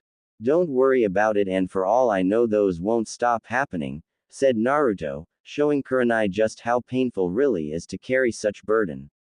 But, why didn't you say this to anyone?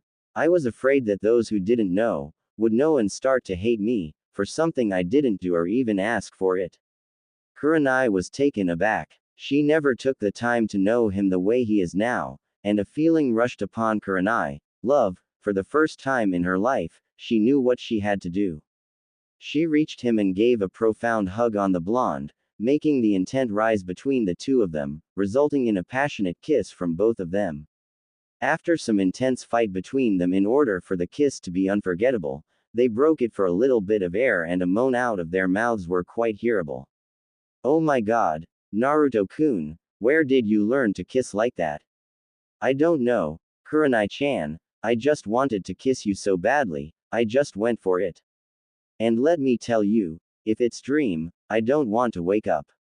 Me neither. With that, they gave another passionate kiss that lasted another 5 minutes. At this point, both their hormones were sky high and the only thought passed through their minds was making love with each other.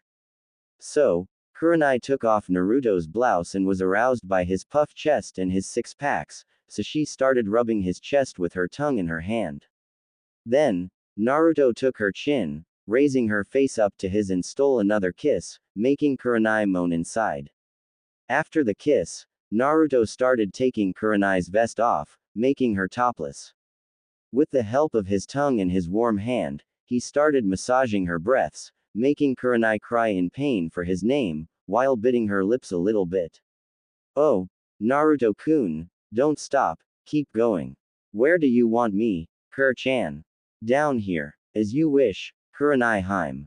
When Naruto started licking Kurenai's private area, she just couldn't control her body anymore, since ecstasy took over. To say she was liking was an understatement, she was loving every second of it, up to the point that she grabbed his hair and pulled with such force, as well as squeeze her, showing that she was about to explode from such pleasure. Oh my god, Naruto-chan, I'm coming, screamed Kurenai. Do you like it, Kur-heim? Are you crazy? I loved it. Naruto, tell me, and if you say no, I'll kill you right here. What is it, my heim? Do you have protection with you? Yeah, I have, Jiraiya-sensei lent me some. Quote, oh my god, Naruto, I can't just wait, pick one and please take advantage of me, please. Hi. After Naruto put on his protection, Kurenai pushed him to the ground, sitting on top of Naruto's, making her scream out of pleasure. After some time of Kurenai going up and down his, Naruto, out of the blue, just threw her to the ground and stick it in with such force as to earn a huge moan from Kurenai. Nice move, Naru-kun, just take advantage of me and continue what you're doing, please, because it's so good. Suddenly, an extreme heat came for both of them, signifying that they were literally on fire, being extremely wet. Suddenly, Naruto felt a new sensation, indicating that he was about to come. Oh, Kurenai-chan, I'm coming. Oh, me too, please come inside, I beg you. But, don't worry about it, we're protected, I just want to fill every space inside my. Oh, I can't hold any more, Kurenai-chan, I love you. I love you too, Naru-kun. Flashback off. And that's how we've met. Said Kurenai to her friends, still remembering of her dream, as well as earning 2 glares of women panting because of their hormones being kicked in. Oh my god, I'm definitely seeing Hayate today, I can't hold this any longer, what's wrong with me, am I picturing Naruto and Kurenai having, oh my god, god this is killing me, Yugo's thought rushed through her mind like crazy. Yugo-chan, are you alright? You look like you're sweating over there, you're not picturing me and Naruto in your head, now are you, cause if you are, please stop it, it's very perverted. Said Kurenai, for Yugo to just snap out of her little dream. Oh no, Kurenai-chan, I was just thinking about my boyfriend, that's all, hey, she lied, damn I have to control myself when I see Black Wolf, if I see him I'll start imagining him taking over Kurenai and just taking control of the situation, showing her who is dominating, oh my god, I'm sweating again. Kurenai-chan, I'm speechless. The way you told, I could imagine how big your love is for him, Yugo said, almost caressing her own body for an instant, much to the dismay of Kurenai, who just cursed herself from telling such story to 2 of the most perverted women in Konoha. Yeah, I wonder if I'll ever have that, again. So, tell me, how did you hurt him, Kurenai-chan? Asked Yugo, after receiving a kick from under the table by Anko. What? It's okay, Anko-chan, when I arrived at Konoha from my mission, I don't know why, but I suddenly had a feeling that it wouldn't be right to be with a guy half my age, so I decided to look for other one closer my age. When he returned from his trip, he saw me with Asuma and was crushed. And now, My heart is crushing me again, oh my god. Here you go, Kurenai, said Anko. I think he still loves you, Kurenai-chan. How do you know that? Cause of the way he acted. When I mentioned your name when you're captured, he wasn't worried about his friends, but he was with you, said Yugo, cheering Kurenai. I hope you're right. You will meet him, tonight, won't you? Hi. So, tell him just how you feel. Just come to him, as if you were still in your dream and tell him how you feel. Thank you, Yugo-chan and Ako-chan. I will. At 8, all the three of them went different ways and Kurenai was cheerful again, she would get together with her love.